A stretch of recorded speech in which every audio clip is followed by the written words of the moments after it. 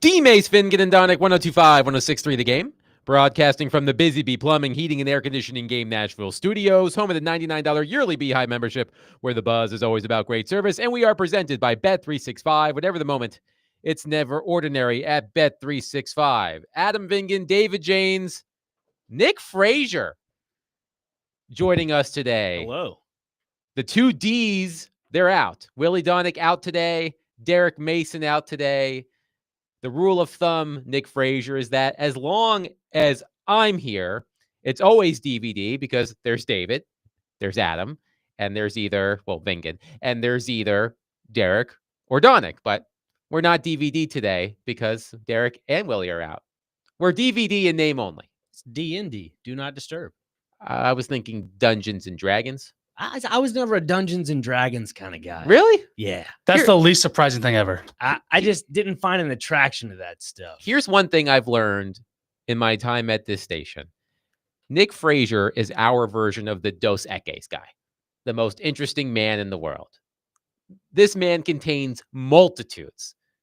You think you know Nick Frazier, you have absolutely no idea. Well, Dungeons and Dragons is not a part of me. I'll say that. People might be surprised to hear that I never played Dungeons and Dragons. I have a lot of nerdy qualities. That is not one of them. Dungeons and Dragons, not you? No. Then how'd the Dungeons and Dragons come up then?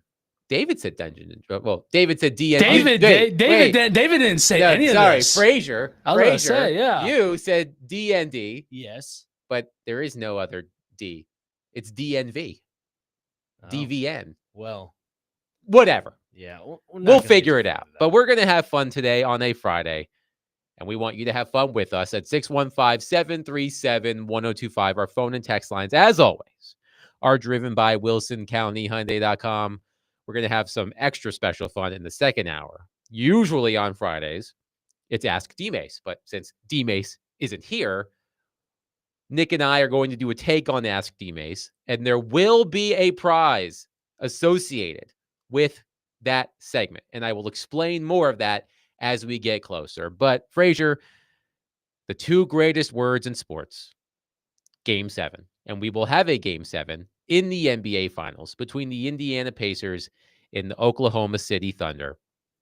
I believe that game is on Sunday. Yes. Sunday after the Pacers won 108-91 at home to force Game 7 in Oklahoma City this weekend. And I heard Robbie mentioning this the other day, that it doesn't matter what sport it is, even if you are not the biggest fan of that sport. Game 7, especially Game 7 of a championship series, winner take all, I will be watching it. I am not a huge baseball fan. I follow Major League Baseball as casually as one can. But if the World Series goes to a Game 7, I will watch it. Of course, we had a Game 7 in the Stanley Cup Final last year. I was going to watch that regardless. I have not watched every game of these NBA Finals. I have kept up on it. I have watched parts of games. I have not watched a full game, but I will make it a point to watch Game 7 on Sunday, because there is nothing better than Game 7s, especially with a title on the line. Absolutely. And I don't know if you watched the game last night, but the Pacers, to me, seeing Chet Holmgren not being as productive as he usually is, being held only to 4 points, that just goes to show you that Indianapolis was really, I guess, honing in on the interior of the game, and interior in the paint, that is. And when you have your guy off the bench, TJ McConnell, being the second highest in rebounds, that is, for the Pacers, more than likely you're going to win that game. That guy's as short as me. I mean, if you got a guy like 5'5", just as tall as that, you're going to be able to win a basketball game easy. So I think Game 7 Sunday is going to be just, I guess, popcorn worthy. It's the best way to put it. And what's interesting about this is the NBA has been under intense scrutiny when it comes to the ratings for this series in particular. Sports Media Watch wrote a few days ago after Game 5.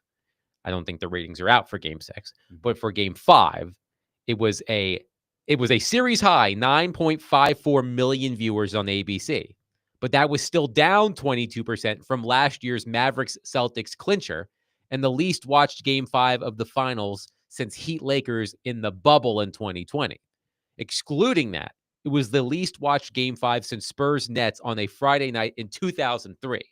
So the ratings will continue to see an increase, I'm sure, because a lot of people are going to be tuning in for Game 7. So for as much criticism as the NBA has taken for the state of its product, and we've argued about this on this station across all of our shows about the state of the NBA. Is it better now than it used to be? I said to Derek the other day that I feel that NBA fans, more than any other fans of major North American professional sports, are stuck in the past in the sense that they long for the NBA of yesteryear. They thought it was better back then than it is now. And I think that even fans who are skeptical of the NBA, who don't love the product, are going to be watching on Sunday because, again, Game 7. Yeah, and like, I'm not the biggest basketball fan when it comes to NBA, but I'm a Knicks fan because, when you're in grade school, you got to find a favorite team. My name is Nick. Knicks, it sounds very familiar. I'm like, yeah, I'm going to go with that. But I only follow the Knicks when it comes to playoffs. Obviously, the Knicks being one of the top teams this playoffs, getting bounced by the Pacers, which now gives me another incentive as to watching the finals. And I don't know, Adam, this Game 7, especially this whole entire NBA Finals series, you're talking about ratings.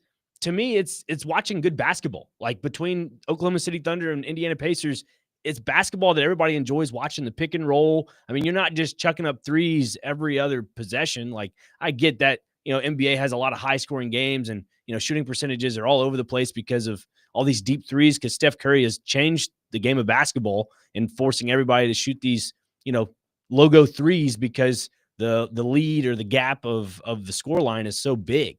And I enjoyed watching this Game 6, Game 5, Game 4, all the games because they've been just close. Now, I get in the NBA now, there's a lot of stretches where there's a 20-point gap or a 15-point gap, and then the other team comes back somehow, which still blows my mind how that happens. But I don't know. This is an NBA Finals that I've been gravitating towards, of sitting down and actually watching whistle to whistle. And unlike other ones, which, you're talking about the ratings, every time I hear and talk about NBA, it's always Michael Jordan and LeBron James and Kobe. Those three are in my opinion, the ones that really stand out when it comes to talking about basketball. Where you talk about this NBA Finals, there's not a name that really pops out if you're a guy that doesn't follow the NBA religiously. You know what I mean? Yeah, and there are outstanding players in these NBA Finals. Of course, on one side, you have the MVP of the league, Shai Gilgeous-Alexander. On the other side, you have Tyrese Halliburton, who I believe has been the breakout star of these NBA playoffs. A lot of clutch shots earlier in the postseason. So I love the game of basketball. I don't have the same complaints that a lot of people do about the NBA. I am more of a college basketball fan than an NBA fan, but I still love the game of basketball. So as I've said with hockey, because the Stanley Cup final ratings weren't great either. And some of that has to do with the fact that one half was Canadian. Mm-hmm. And I don't believe Canadian ratings factor into Nielsen ratings in our country, obviously. So hockey fans, they suffer from what I like to call please like my sports syndrome. The thing about ratings is it's the easiest way for people to evaluate popularity. If a television show, if a game is getting a lot of viewers, it means it's popular. If it's not, then it's not popular. And I don't think that's I think that lacks a little bit of nuance. But either way, there are going to be, I'm sure, plenty of people who listen to our station who send texts and call in who don't like the NBA, who will check out Game 7. Maybe not from start to finish, but I imagine people will watch it because, again, Game 7s are great.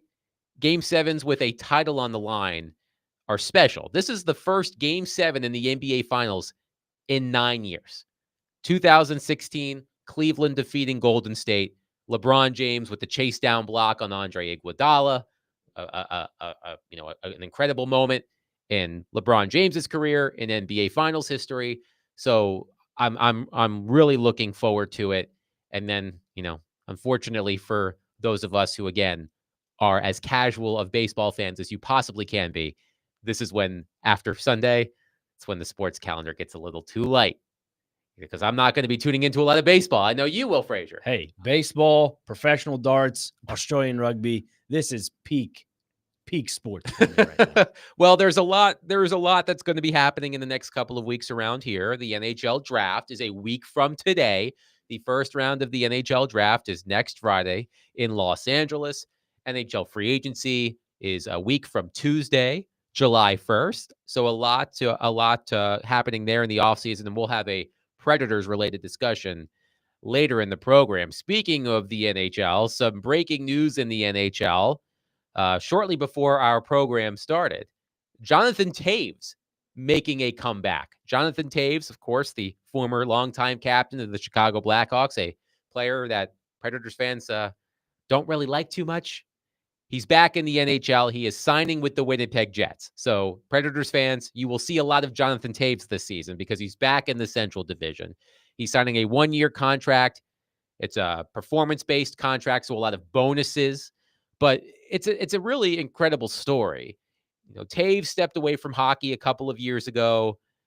The Blackhawks were undergoing the rebuild. They traded Patrick Kane. And Toews was also dealing with the effects of chronic inflammatory response syndrome and long COVID. So he was limited in his final 2 seasons in Chicago. He stepped away from the game. He took a healing journey to India at one point. Really fascinating. If you haven't read about that, I suggest you do so. But Jonathan Toews, after a couple of years away from the NHL, is coming back, signing with the Winnipeg Jets, his hometown team. So Predators fans, if you thought you were done with Jonathan Toews, you're going to have to see him 5-6 times this coming season because he's back in the Central Division, back in the NHL.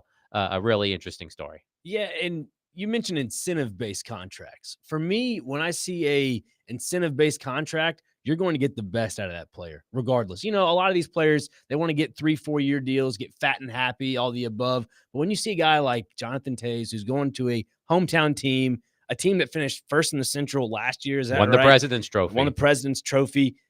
It's almost like Winnipeg's got to be the heavy hitters in the Central. Yeah. Well, they were great last year. Do you think they can replicate it even better? No, I can't imagine them playing that well again. Keep in mind that Connor Hellebuck won both the Vezina Trophy and MVP, first goalie in I think 10 years to win MVP. So according to our friend Elliot Freeman, who joins us every Thursday, some of the contract breakdown for Jonathan Toews. He will receive $550,000 after playing in 20 regular season games, 30, 40, 50, and 60. So he will receive $550,000 for reaching those benchmarks. If they make the playoffs and he plays in 50 games, he gets another bonus. If the Jets win in the first round and he plays 50% of the first round games, he'll get another bonus, and so on and so forth. So he'll get $1 million if the Jets win the Stanley Cup and Toews plays 50% of the Stanley Cup final. So really interesting contract structure there, but a really fascinating story about Jonathan Toews stepping away from the game, getting himself healthy. You know, I read a story, I think it was in GQ of all places, about his trip to India and how that helped him in the healing process. Involve ayahuasca or Aaron Rodgers? I can't say definitively whether or not it involved ayahuasca. By the way, a couple of texters on our text line have some texts about you, Nick Frazier. One texter says, Nick looks more like the gamer guy like Fortnite, LOL. Are you a Fortnite guy? No. Are you a gamer at all? I used to game, not as much anymore, but I'm all about the sport games, FIFA, some NHL from time to time, MLB. I don't have time for all that stuff anymore, unfortunately. I agree with that. The problem with sports games nowadays is that it requires a PhD to be able to play properly. If you watch some of these tournaments like Madden tournaments and such, these guys are spending hours upon hours upon hours playing this game and studying the playbook like they're an actual quarterback. And it used to be, remember NFL Blitz? Remember how easy that was? I played Madden a lot when I was younger. But again, I didn't have a master's degree in it like some of these professional gamers. One texter, Eric, says that Nick must be watching the Ocho, ESPN the Ocho, with your professional darts and Australian rules football and rugby and all of those things. I have my own subscriptions. Yeah. I watch NRL and, Sky Sports, which is great. I mean, July 4th, Nathan's hot dog eating contest right around the corner. Joey Chestnut back in it. D Mason and I, we have a disagreement on that. I still think Joey Chestnut is a athlete, like the athlete. I know, and I told century. you that I appreciated that take because Derek was just poo-pooing the idea of Joey Chestnut being considered an athlete. And I know that the definition of athlete has been stretched to its limit over the past however many years, but Joey Chestnut, man, he's a one-man dynasty. We were talking about dynasties earlier this week about the Florida Panthers and whether the Panthers could be considered a dynasty. I don't think so yet. Joey Chestnut, man, he wins all the time. I think a 14-time, I want to say, Nathan's hot dog eating champion. So he's a dynasty in my book. One texter to your point, Fraser said, did Aaron Rodgers go with Taves on that trip? LOL. He might have. I mean, who's to say? That's how they both are back in business when it comes to sports. They got to go on their retreats. They recollect their thoughts. They recollect all their physical attributes, and they get back in the States and they go back to work. That's what it is. 615-737-1025. Your thoughts today on the NBA Finals. We'll keep it open-minded. We'll keep it open. We'll keep it light. Your thoughts on anything, really. 615-737-1025. But coming up next, speaking of the Panthers, Willie and I were having a conversation the other day about the Florida Panthers and fandom. And I have a question for Nick Frazier and David James and all of you that I think I'm really curious to hear what the responses are going to be about fandom. 615-737-1025. Tune into Totally Hits 93.3 on Sunday as the Nashville Cats take on Southwest Kansas in Clarksville at the F&M Bank Arena. Pregame starts at 4 and kickoff is at 4:30 with coverage also available on the Totally Hits 93.3 app and at totallyhitsnashville.com.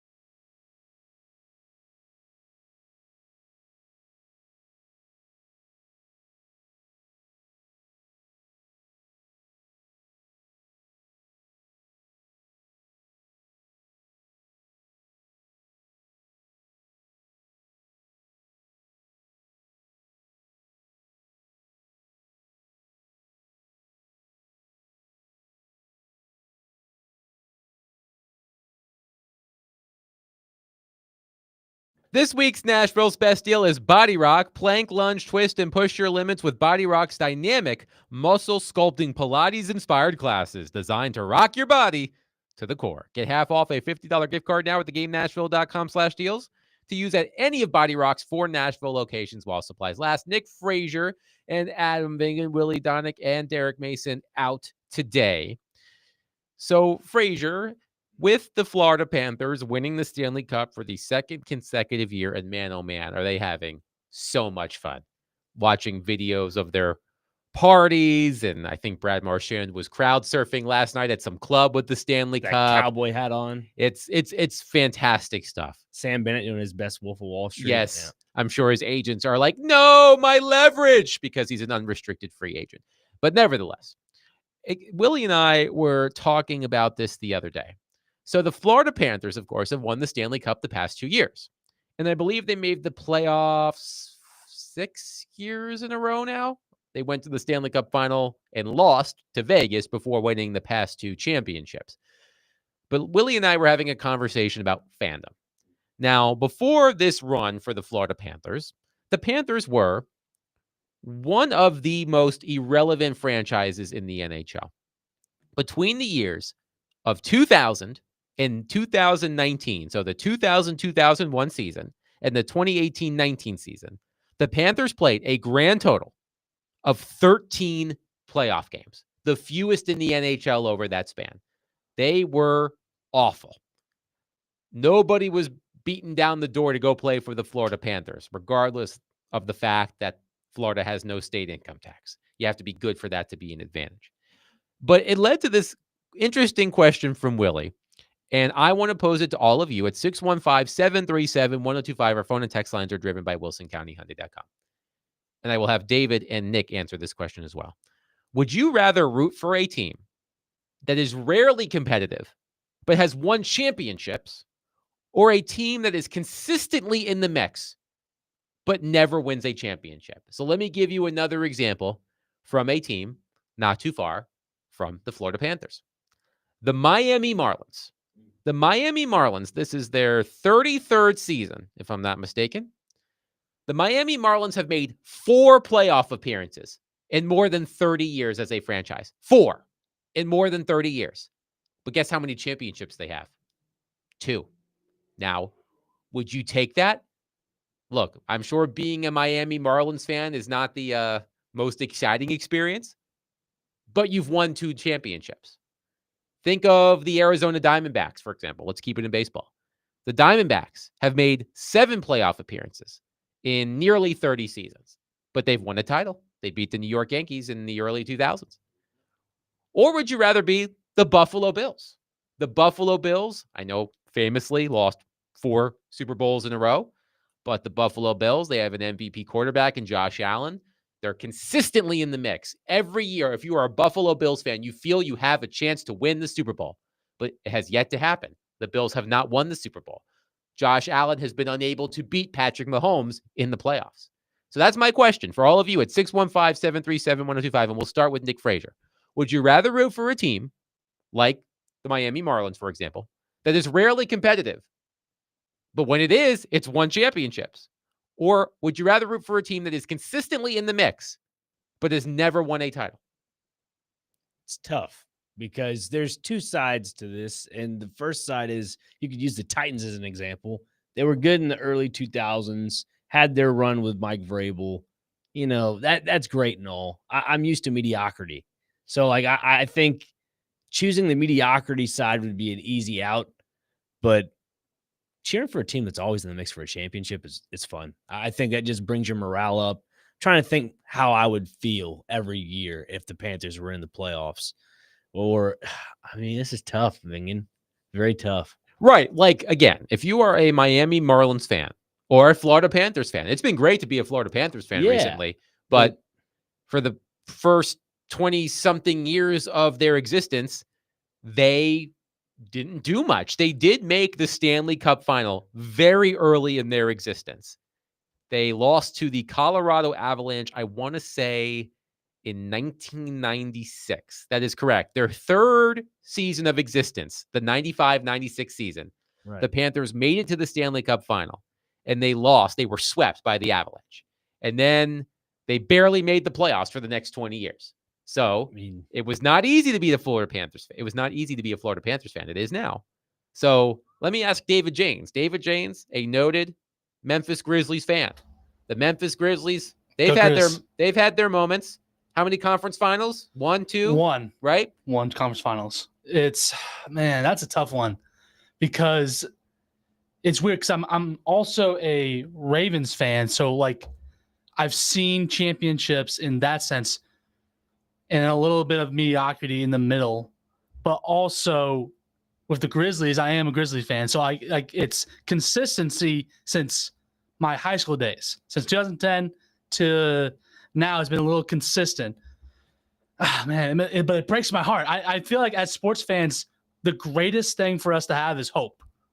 But it's also like when we get that hope and we're there and it just ends in pure misery like it has for the Grizzly fans, all of us Grizzly fans we know, it sucks for so long. So I don't know.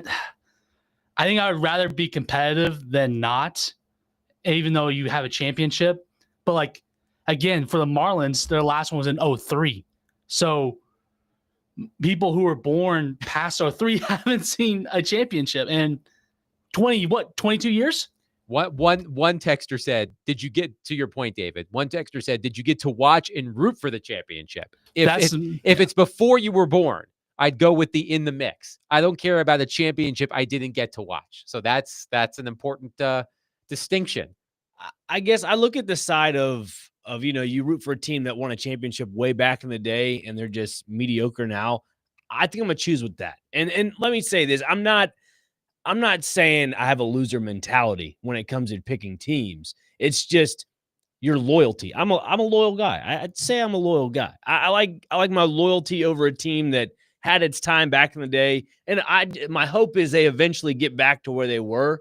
And so I always lean towards soccer because that's a lot of those European clubs. A lot of those clubs have fans that have literally spent paychecks on attending games. And I mean, I'm not spending paychecks on attending any games, but like, that's what I would side with is the team that has the loyalty, the history, and just all that fandom. I'm cool with that. I mean, yeah, it's also great to have your team in the championship mix every year, but at some point you feel like it gets a little old after a while. Agree. You are a St. Louis Cardinals fan. Is that correct? I am. Yes. Okay. So the St. Louis Cardinals have won 11 world championships? Yeah, 11. But it's been 15 years or so? Since 2011. Right. 2011 was the last one. So in that time, the Cardinals, they've made the postseason several times. They've also missed the postseason a few times. Technically, we the last World Series. Oh, you're a Cardinals fan too, right? Yeah, the last World Series we were in was 2013, but we lost that one. Okay. But part of you can live with the fact, right, that the Cardinals haven't won a World Series in quite some time because you witnessed them winning a World Series. Yeah. Witnessing two feels pretty nice. But like to that point too, it kind of gets a little bit more in the weeds because when I was up there a couple weeks ago, I talked to a few locals and they like at a local coffee shop. And they're like, yeah, we're kind of boicotting the team this year. I was like, well, why is that? Boycotting the team. Just because the DeWitt family, they don't want to invest any money into the club. And so that's the issue they're having right now. That's why I got dirt cheap tickets for $37 behind home plate or behind the dugout. It was like 12 rows off the field. So it just goes to show you that even though your team had its time back in the day, you got to still continue to show effort. With the mediocrity, you have to show at least some effort. And that's the thing I follow is if you show effort in mediocrity, that shows that there's promise, there's hope. Let's take the Chicago Blackhawks. We mentioned Jonathan Taves earlier. So let's take the Chicago Blackhawks. They won the Stanley Cup final in 2015. They have not won a playoff series since winning the Stanley Cup final in 2015. They lost to the Predators, of course, in the first round of the playoffs in 2017. They finished first in the division. Since then, here are the finishes for the Chicago Blackhawks in their division. 7th out of 7, 6th out of 7, 7th out of 7, 6th out of 8, 7 out of 8, 8 out of 8, 8 out of 8, 8 out of 8. But you know what? Blackhawks fans, they'll probably live with it because they went through a stretch where they won, 3 Stanley Cups in 6 years?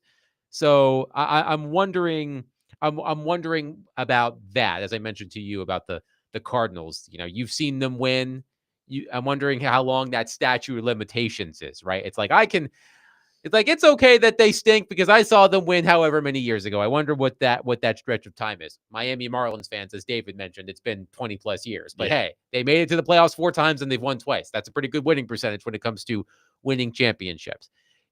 I'll use a team that I don't think qualifies for this because they've won the title, but is a team that I grew up cheering for, the Washington Capitals.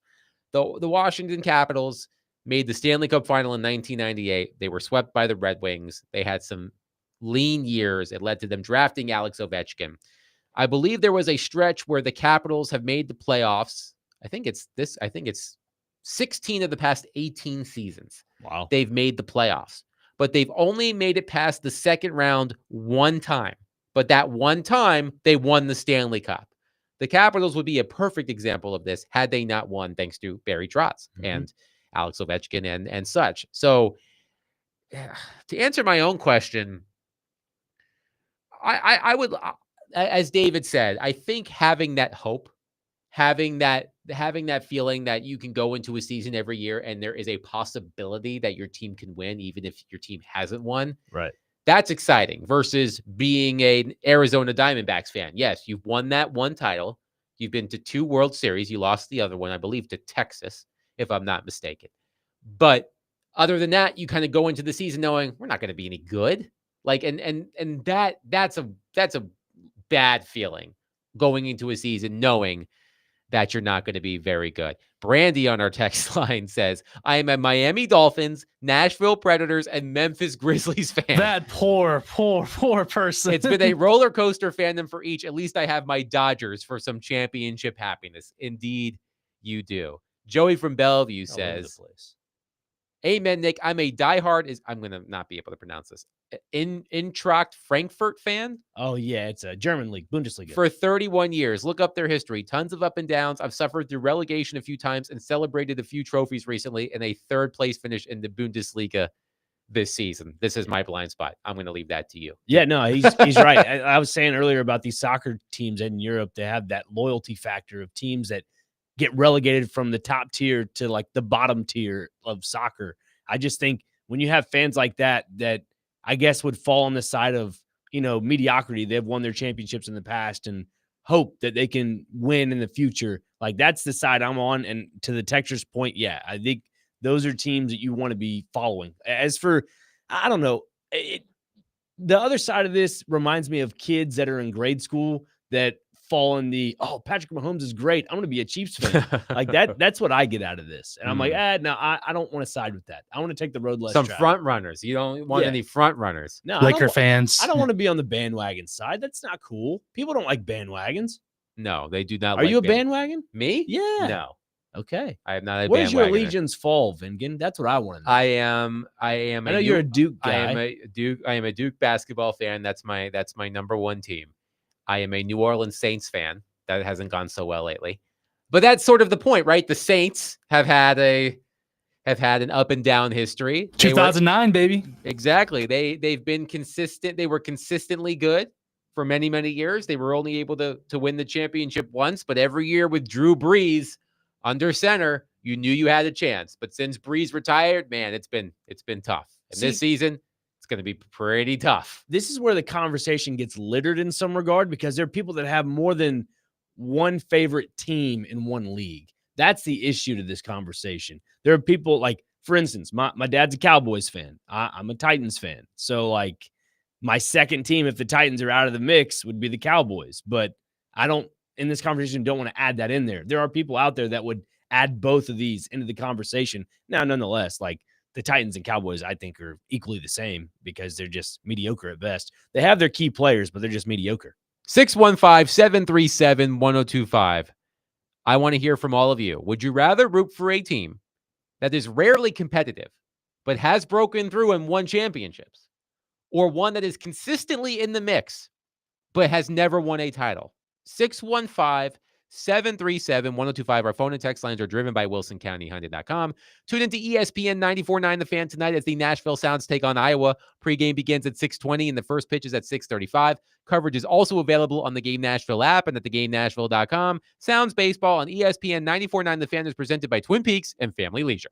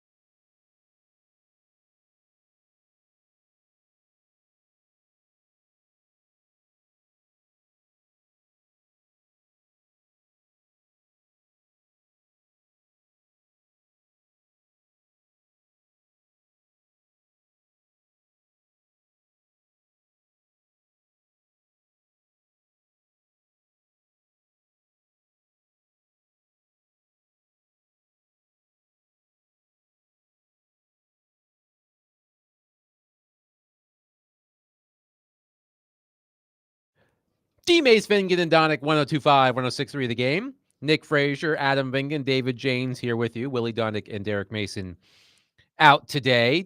Taking your thoughts on our phone and text line driven by WilsonCountyHunter.com. Would you rather root for a team? Hold up. Yes. What was that return? Was that Chapel Roan? Hot to go, baby. Yes. Never. You've never heard of Chapel? You have heard of Hot to Go. I've heard the chorus of that, but not the song. beginning. No. I'm not a fan. Is that safe to say? Nick? What modern version artist do you like? That's a great question. Probably, I don't know, Lil Wayne. I like Lil Wayne. He's good. He's not really modern. Again, No, he's modern. Again, Frazier, he contains multitudes. You have the things that you think about Nick Frazier. He just you are an interesting person, my friend. From one foul pole to the other, it goes from Conway Twitty to Lil Wayne. I mean, all right. Just saying. Talk about an eclectic music taste. But our question: would you rather root for a team that is rarely competitive but has won championships, a la the Florida Panthers? Because again, the Florida Panthers have had a great run recently, but over the course of their franchise history, they have been a largely irrelevant franchise, or one that is consistently in the mix but never wins a title. 615-737-1025. Let's go to our friend Adam from Portland on our phone line, driven by WilsonCountyHunter.com. Adam, thanks for calling. Go ahead. Well, what I thought of was the Cowboys. Number one, the Cowboys won something. Now they kind of suck. And they love to tell you all about the glory days of the 90s. Or the Bills. The Bills never win anything, but the Bills are awesome. I would say if it was just between the two, it'd probably be the Bills. But I think there's a third option, dude. What's that? You find somebody and you roll with them no matter what. They don't necessarily, because the Titans, we kind of suck right now. But I'm going to stay with them, and we haven't won anything. So, yeah, we kind of. Yeah, we kind of suck. But I've never even considered being a fan of somebody else. That makes me sick. I think of every other team, and I go, they suck because they're not my team, So I feel like you should be that fan too, loyal to a fault.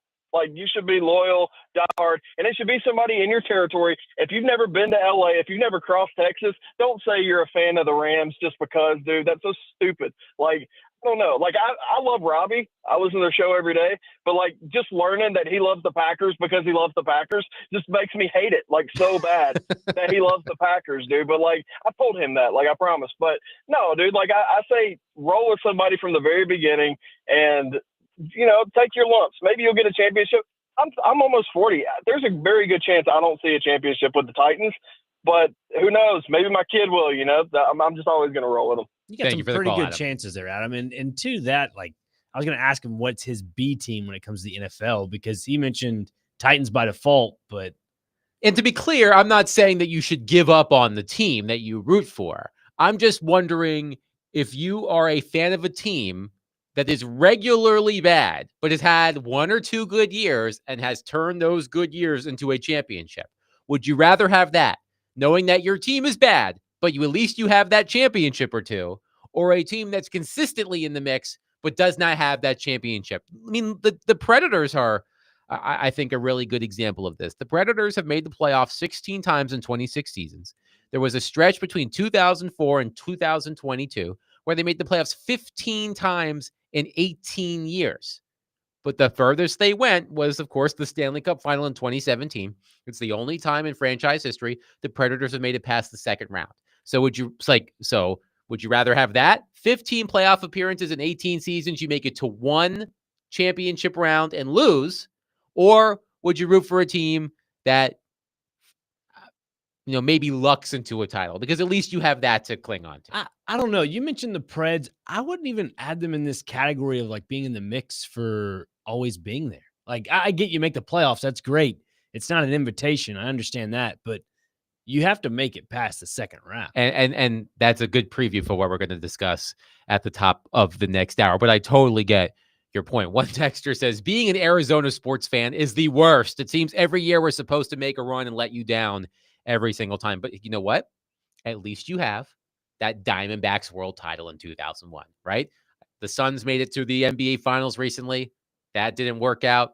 The whole Kevin Durant, Devin Booker thing hasn't worked out for the Don't forget Phoenix Bradley Suns Beal. and Bradley Beal. Relocated a hockey franchise to Utah. Right. The Arizona Coyotes, they beat the Predators in the playoffs once. They They did. made it to the Western Conference Final. But The Cardinals almost won. The Arizona Cardinals in 08. Oh, yeah. They did make the Super Bowl, didn't they? Against the Steelers. That's right. I had forgotten about that. Toe tap. Was that Heinz Ward? No, it was Antoine Randall. Antonio Holmes. Yep, Or Antonio Santonio Holmes. Yep. I'm just going to start listing random Steelers receivers. One texter says, been an Everton fan since 2010, thanks to Tim Howard, and they've been terrible and close to relegation a few times, but have stuck with them. One texter says, I was born rooting for the Chicago Cubs. The first 48 years of my life were nothing but heartbreak, but the 2016 World Series wiped that all away. I'm grateful I saw the Cubs win the World Series, and if it takes another 108 years, so be it. I'll be a lifelong Cubs fan.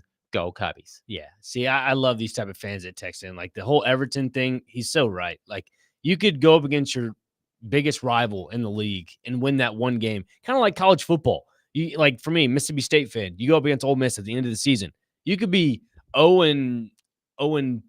I don't care. And that one game you win is against, Ole Miss. And I think that's exactly what you want. And for me, again, loyalty rides way more on this conversation than anything.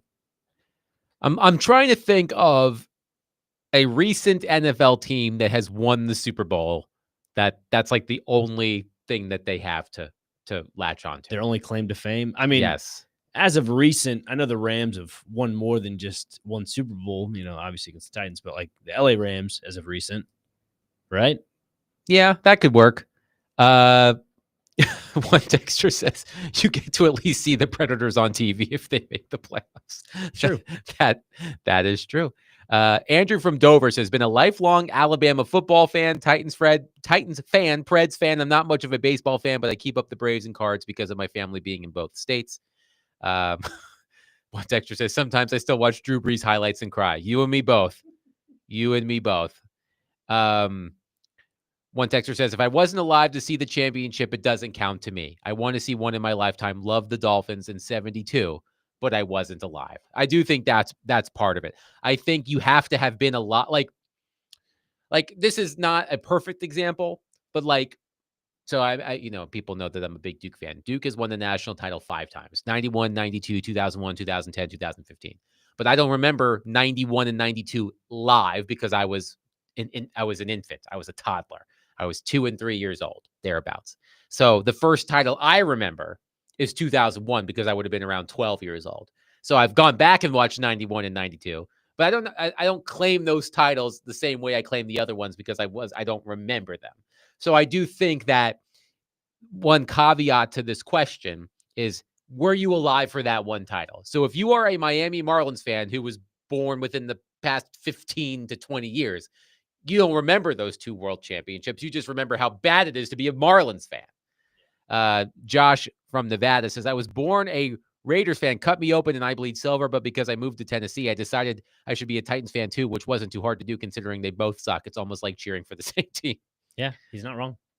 So it does seem, based on our informal poll, Frazier, that most fans would rather root for a team that's consistently in the mix, but has never won a title. Because as David said, it's about having that hope going into every year. Yeah, that's where I'm at. I think having that just small glimpse of hope, that's what you need. Like, if I'm a Carolina Panthers fan, I'm trying to figure out where the hope is. Because after Super Bowl 50, it's just been downhill. I mean, I don't know where else to go with that. You know what I mean? Like for Cam Newton to have so much success in the year, obviously they fall one short to Peyton Manning and the Broncos. I believe that's what it was. And you don't have nothing after that. You don't capitalize off that. You don't rebuild in some regard, and now you're left with nothing. So if I'm a Panthers fan, I would still be loyal by default, like our caller Adam over earlier. Like I would be loyal by default, but that's it. I can't go nowhere else with that. I just got to stay with your one team. Because like he's talking about I mentioned earlier, A team and a B team. Nah, you can't grab a B team, even though there is that option there, but you just can't bring it into the conversation. Yeah, I've never been a fan of, I have multiple teams in the same league. Like if you cannot, like to me, you cannot root for one fan. You cannot root for one team, or excuse me, you cannot root for multiple teams in the same league. So you can't be You can't be a Titans fan and Packers fan. Yeah, that don't work. I don't love it. One texter says Titans quarterbacks are a great example. They all suck, and you get one that does good for a year or two, and then they suck again. We'll see what happens with Cam Ward. 615-737-1025. Our phone and text lines are driven by WilsonCountyHyundai.com. Thank you for indulging me. I thought that was an interesting question. Coming up next, the Predators. Again, the offseason is in full swing. The NHL draft is a week from tomorrow. Free agency is a week and a half away. 1 week from Tuesday is the opening of NHL free agency. The Predators made a trade earlier this week. What does that trade signal to us about their direction this coming season? An interesting answer yesterday when I asked that question to Elliot Freeman. We'll discuss that and more. Coming up next, 615-737-1025. Nick Frazier, Adam Vingan, 1025-1063 The Game.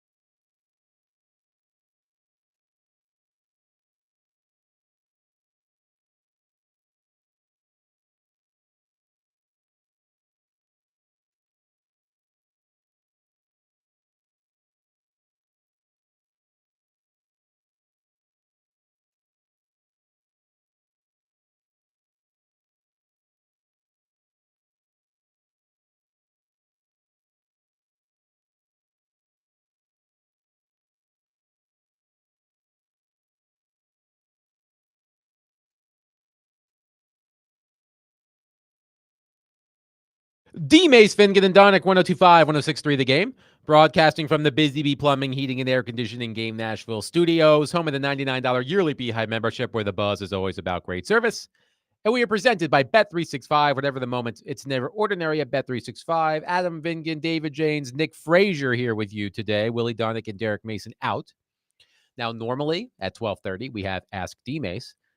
Since Derek's not here, we are going to have what I call AUA.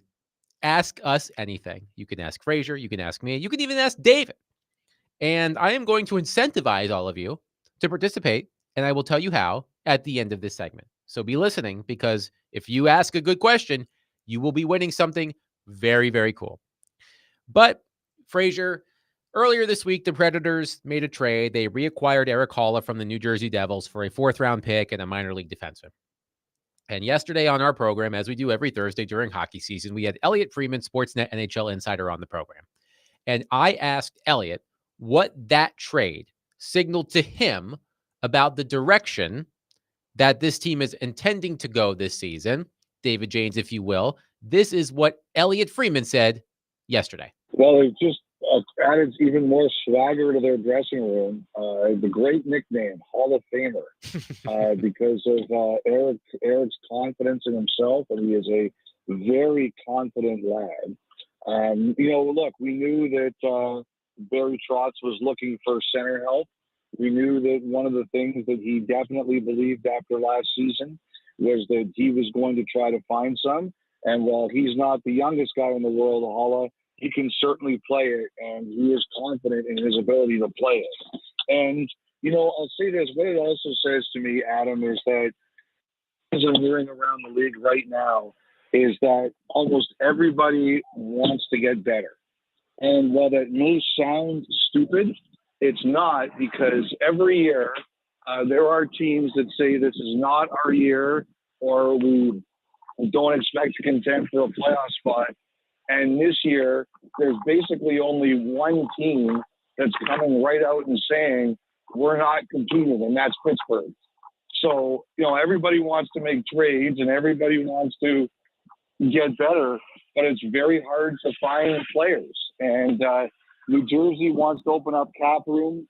And that says to me that Nashville is honest in its intention that's a move for now. Erik Haula can fill a hole for you now, and Nashville's not too interested in taking steps backwards. So that was Elliotte Friedman on the Predators' acquisition of Erik Haula. Nashville's not too interested in taking steps backward. And Frazier, during the break, I told you I was going to ask you a question. I was going to ask for your definition of a specific word. It's a word we hear a lot in sports. There are varying definitions of this word. Before I share with you my definition, I want to ask you, what is your definition of the word competitive? When a team is being competitive, what does that mean to you? Did Joe Rex right there? You're going for it. You're going to win something. Like that's simply what it is in this context of the conversation. You're going for a championship. I would agree with that. My definition of competitive is that your team, for a team to be considered competitive, my definition is that you must have a legitimate chance to win the championship. Now, Willie and I have had this conversation many times. Willie's not here to correct me if I'm wrong, but if Willie's listening, please do so, sir. Willie's definition of competing when it comes to the NHL is making the playoffs. If your team is capable of making the playoffs, your team is competitive. I disagree with that. Yeah. I think that if your team is to be considered competitive, in my eyes, speaking about the NHL specifically, you have to be able to win the Stanley Cup. Florida, Edmonton, Carolina, Vegas, Colorado, Dallas, teams like that. There are others. Those are just the ones that came to mind first. Those are teams that they have, in my opinion, a legitimate chance to win. The Predators right now, to me, are not a competitive team. And also, in my opinion, if you are not a competitive team, you should be rebuilding, retooling in some form or fashion. Because what happens when you don't is you end up being the Predators of recent years. You squeak into the playoffs. You finish 8th in the conference. You lose in the first round. and you get a first round pick in the latter half of the round. That's not going to help you the same way that having the 5th pick in the draft might help you, for example. So what I said yesterday when talking about this with Derek was the minor gripe that I have with the Erik Haula trade is that the Predators should not be giving up assets for bad players. Now, a 4th round pick, a minor league defenseman, in the grand scheme, not a huge deal. But it's sort of the principle of the matter for me. The Devils were looking to get rid of Erik Haula. They did not want Erik Haula anymore. They wanted to free up the cap space. They should have been giving the Predators something to take Erik Haula, not vice versa. But again, a minor gripe. But I'm just uncertain about the direction of this franchise right now, because it almost feels like Barry Trotz is saying one thing and doing another. When the Predators announced that David Poile was retiring and that Barry Trotz was going to be his successor a few years ago, one of the first big things that Barry Trotz was a part of was selling off assets at the 2023 deadline. They traded Mattias Ekholm and Nino Niederreiter and Mikael Granlund and Tanner Jeannot and got a boatload of picks, some good prospects. And I, like many Predators fans out there, said, finally, the Predators have come to their senses. They are going to stop pretending that they are competitive, and they are going to take that step back. And then free agency rolls around. They sign Ryan O'Reilly, Gus Nyquist, and Luke Schenn. And I went back and looked at my tweet from July 1st, 2023, because I was curious how I reacted immediately. And my reaction at the time was, aren't these moves counterintuitive? These players are good enough to help you win more than you probably should be. Now, the Predators exceeded expectations 2 seasons ago. They had that fabulous point streak. They made the playoffs out of nowhere. They lost in the first round to Vancouver in a competitive series. I believe that Barry Trotz and his staff overestimated the ability of that team that went to the first round of the playoffs against the Canucks and went a bit overboard signing the players they signed in free agency last summer. Now, I heard Jared Stillman on this morning with Joe Rexroad and Robbie Stanley and Joe and Jared, as is their wont, were arguing, which is always entertaining radio. And it's funny. I heard Jared, because Joe is of the mind, Joe is closer to my point of view, which is when you sign Steven Stamkos, Jonathan Marchessault, and Brady Shea, that signals to your fans that you intend to win, or at least are going to try. Jared said, going for it involves mortgaging the future. Because the Predators did not give up any assets for those 3 players, they are not going for it because they didn't give up first-round picks or prospects to bring those players in. I have to give Jared credit. That is a creative loophole for this discussion. I went back and looked at the big board, the NHL free agent big board from 2024. This was published May 29th, or maybe June 27th. It says May 29th, updated June 27th, 2024. So last year. Of the top free agents on the market, Steven Stamkos was number 3. This is according to The Athletic. Steven Stamkos was number 3. Brady Shea was number 5. Jonathan Marchessault was number 7. So the Predators, according to The Athletic, signed 3 of the top 7 free agents on the board. They paid a total of $108.5 million in total contracts to bring them in. There is no way that you can tell me that the Predators did that with the thought that, maybe we'll make the playoffs with these guys, but that's not the end goal. Barry Trotz said himself last summer that the goal for this team was to be a threat, which they absolutely were not last season. Nobody expected that. But I also went back and looked at this, Frazier. I found a tweet from the NHL's official account from July 8th, 2024. It was the Stanley Cup odds on FanDuel Sportsbook as of July 8th, 2024, so 1 week after free agency. The Predators were at plus 1,600, the 9th best odds in the NHL to win the Stanley Cup.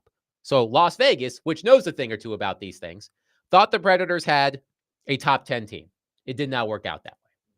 So I am not going to, I'm trying not to talk out of both sides of my mouth here, because I commended Barry Trotz for making the moves that he did in free agency last year. I'm not going to pretend that I didn't. But the problem the Predators find themselves in right now is that they have boxed themselves in with the moves that they've made because of the length of the contracts, the clauses in the contracts. The Predators don't have easy outs. They can't say, well, it didn't work out for Steven Stamkos here. We're going to move on. It's up to him whether or not he moves on. And I'm not sure he wants to move his family after leaving Tampa Bay after so long. So I just think the Predators appear to be heading back in the direction they were in near the end of the David Poile era. Teams that at best are wild card playoff teams. And there is very little that they can do to get out of it. And the addition of Erik Haula, a 34-year-old player, to Elliott's point, he's a feisty player. When he's at his best, he's a fast player. He was bad last season. There is no way around it. He was bad last season. The last 2 seasons, really. I mean, his numbers have kind of gone down. They have. But last season was the worst of the time he has spent since leaving Nashville. I just think they're kind of back to where they were a few years ago when they were trying to make it work with Ryan Johansson and Matt Duchene. Like, maybe we can be good enough to make the playoffs. But as we have seen, when you look at recent Stanley Cup champions, they all have one thing in common.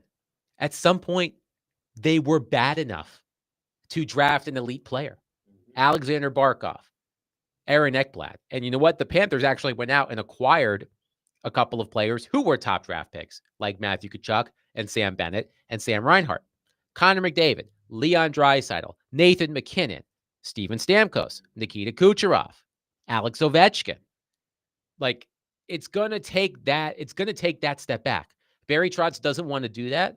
It sort of happened to him this past season, which is blessing in disguise, if you ask me, to get that a top 5 pick. But I just see a team I feel like the direction they're heading in, Frazier, is kind of where they were, at the end, during the John Hines years. Like a team that, they could make the playoffs, but do you really expect them to do anything when they get there? It was almost like everybody knew their ceiling before the season began, type thing. And for me, you mentioned Jared's comment about, mortgaging the future. I think the Preds are mortgaging the future without letting go of players. I think not playing the younger players on their roster. I mean, I get it. Evangelista played last year and so forth. You make a few moves. I think it was what, Tomasino to Pittsburgh. Is that correct? Tomasino was traded.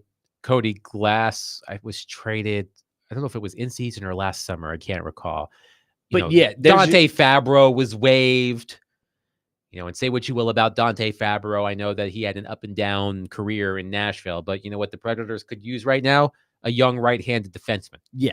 And it's what I'm saying is that young core that was being talked about for so long. And yes, there is Tanner Molendyke that is in the pipeline that, could be in the mix next season. But it just seems to me that everybody's had their eyes so much on this win now window. Everybody forgets about the youth. And for me, as I'm not the biggest hockey guy when it comes to this, but yet as an average sports fan, when you don't prioritize the youth, and I get the Preds are trying to, have both of those things work at the same time, it doesn't. In some cases, it doesn't. And I think for this one, it's leaning towards that. They need to really pick a side. They really want to go all in and just grab as many vets as possible that for a fact are perennial winners. And obviously the money comes into play with all this, but you got to find that right balance. And I think they're still trying to figure out that balance when it comes to youth and veteran players. You know what I'm saying? Yes. And the Predators are among the older teams in the NHL. So you add 34-year-old Erik Haula to a team that has Philip Forsberg in his 30s, Steven Stamkos, Jonathan Marchessault, Brady Shea, Roman Josi, UC Saros, all of those things, all of those players, I should say. So it's an older team, and Barry Trotz's explanation via the news release when the Predators made the deal was, "We are excited to have Erik join our team today. He brings great flexibility to our roster with the ability to play up and down the lineup in a variety of different roles. We are confident that he'll be able to play alongside our young players, helping to accelerate their development." They have a lot of players who could do that, though. They have a lot of older players who can help young players accelerate their development. I'm not sure why they needed Erik Haula. Now, Erik Haula is on an expiring contract, so if things don't go well this season, they can trade him at the deadline. Maybe they get that 4th round pick back. But it feels like the Predators are sort of in that half in, half out stage where they're trying to be competitive in their mind while also looking forward toward the youth of the organization. But again, being stuck in the mushy middle is the worst place a franchise in any sport can be. And the Predators were there for a while. And then finally they decided a couple of years ago, yeah, we'll probably have to take that step back. And they did a little bit, but then they made the playoffs. Like, this is complete revisionist history, but this makes for excellent sports talk radio. So I acknowledge this. If the Predators hadn't gone on that was it 18-game point streak a couple of seasons ago, and that helped them make the playoffs. If the Predators had missed the playoffs that season instead of making it to the first round and losing to Vancouver, would they have gone all in on Steven Stamkos and Jonathan Marchessault and Brady Shea? I do wonder if the Predators were hoodwinked. Hoodwinked is not the right word. Fooled. I guess fooled is a synonym of hoodwinked. They were, no pun intended.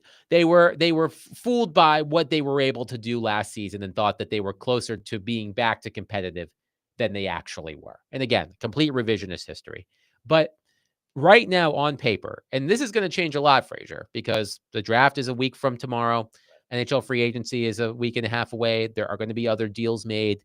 This is the time of year where a lot of stuff happens. And we've already seen some trades in the NHL. The Stars made a trade yesterday, trading Mason Marchment to the Kraken for a couple of draft picks. They had to clear Mason Marchment's cap hit because they re-signed Matt Duchene. But there are going to be more moves. So this roster, as we're discussing them on Friday, June 20th at 12:18 p.m., could look a lot different in less than 2 weeks. But right now I see a team that looks like the kind of team that the Predators were putting out there in 2021 and 2022. Teams that, have that they look competitive, but they're really not competitive.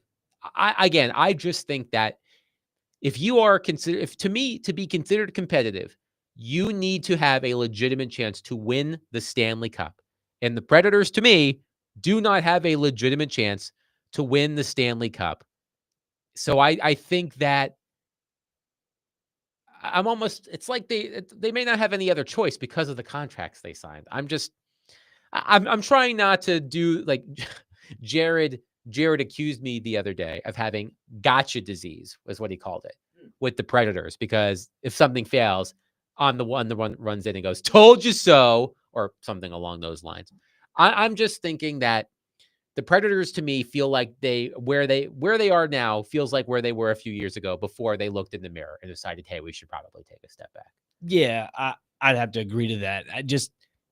I don't see.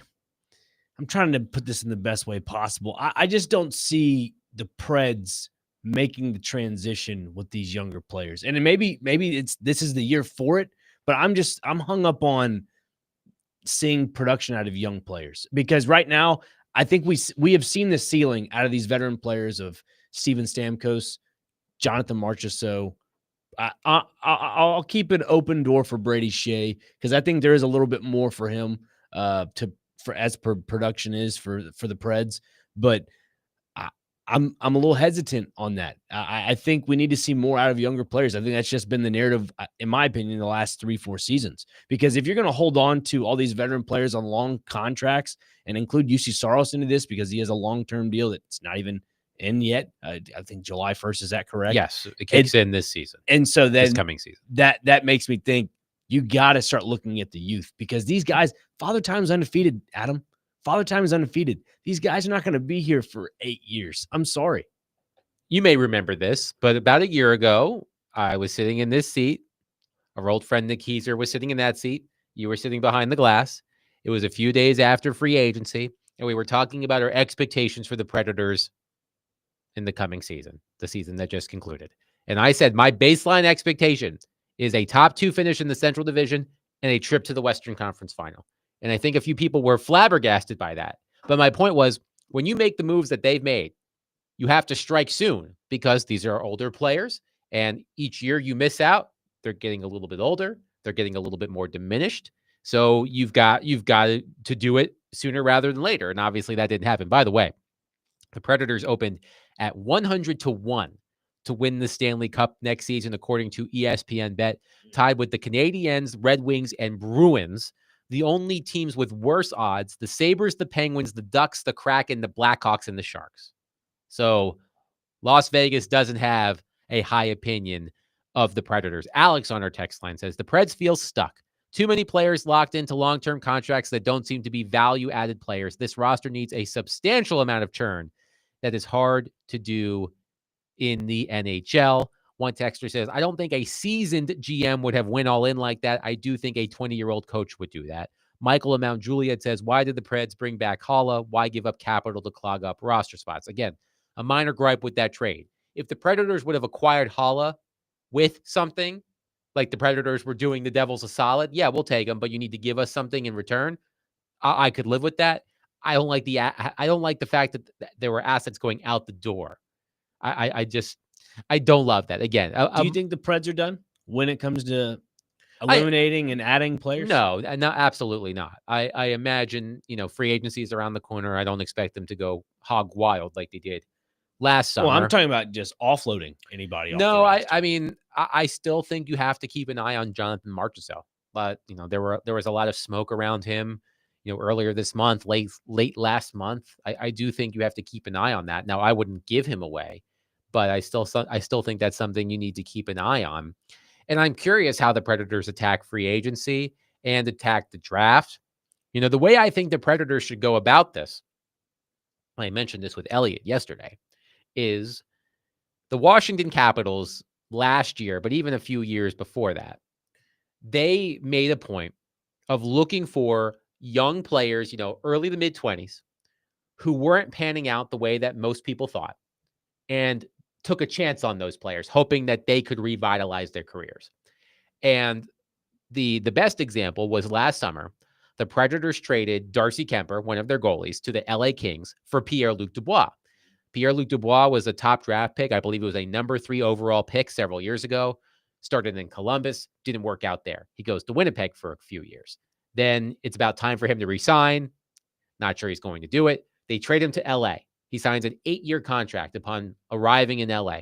After one season, the Kings traded him to the Capitals. And the Capitals said the problem with Dubois in LA was they were not using him correctly. We will. And he improved his point total by, I think, 26 points year over year. And he became a big part of a team that went from just making the playoffs 2 seasons ago to winning the Eastern Conference in the regular season. They went from, I think, 91 points to 111 points. So that's what I think the Predators should be doing. They should be looking for those players, 22, 23, 24, 25, reclamation projects, players who, for whatever reason, haven't been working out where they are and trying to revitalize their career. Erik Haula does not do that. That isn't to say that they couldn't still do that. That's how I would go about it. So then what about this? If the Preds are so gung-ho about their veteran guys you got now, which is true, we understand it's a win now, window. What do they have to do to get them to produce at a higher level?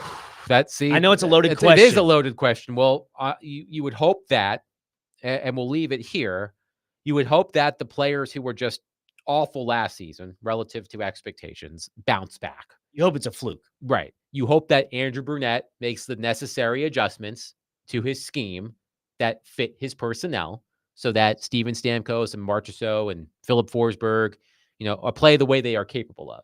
So it is a loaded. What do you think the chances are of a guy like you and a girl like me ending up together? Well, Lloyd, that's difficult to say, and we really don't. Hit me with it. Just give it to me straight. I came a long way just to see you married. Just least you can do is level with me. What are my chances? Not good.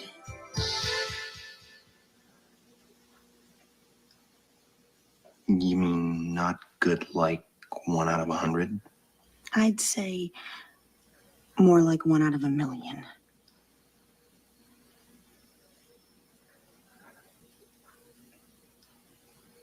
So you're telling me there's a chance? That about wraps it up, I think. Yeah. 615-737-1025. Okay. So normally at 12:30 on Fridays, we have Ask D-Maze. As you've noticed, Derek is not here today. A well-deserved day off. A well-deserved day off. I don't have any. I do have hair on my head. Excuse me. I'm not bald. No, I don't have the athletic prowess of Derek Mason. I don't have the accomplishments of Derek Mason. I don't have the rugged good looks of Derek Mason. But Frazier and I are going to do our best. So instead of Ask D-Mace, we're going to do AUA, Ask Us Anything. 615-737-1025. It can be about sports. It can be about life. It can be about whatever you want. And here is what you can receive if you ask us the best question at 615-737-1025. A pair of tickets to see Incubus at Bridgestone Arena on Wednesday, this coming Wednesday, June 25th. Best way to be entered probably to text because it'll be easier for us to track. You can also call, though, at 615-737-1025. The best questions and Ask Us Anything will receive, best question, not questions, plural. Best question will receive a pair of tickets to see Incubus at Bridgestone Arena on Wednesday, this coming Wednesday, June 25th. 615-737-1025. Nick Frazier, Adam Vingan, 1025-1063, The Game.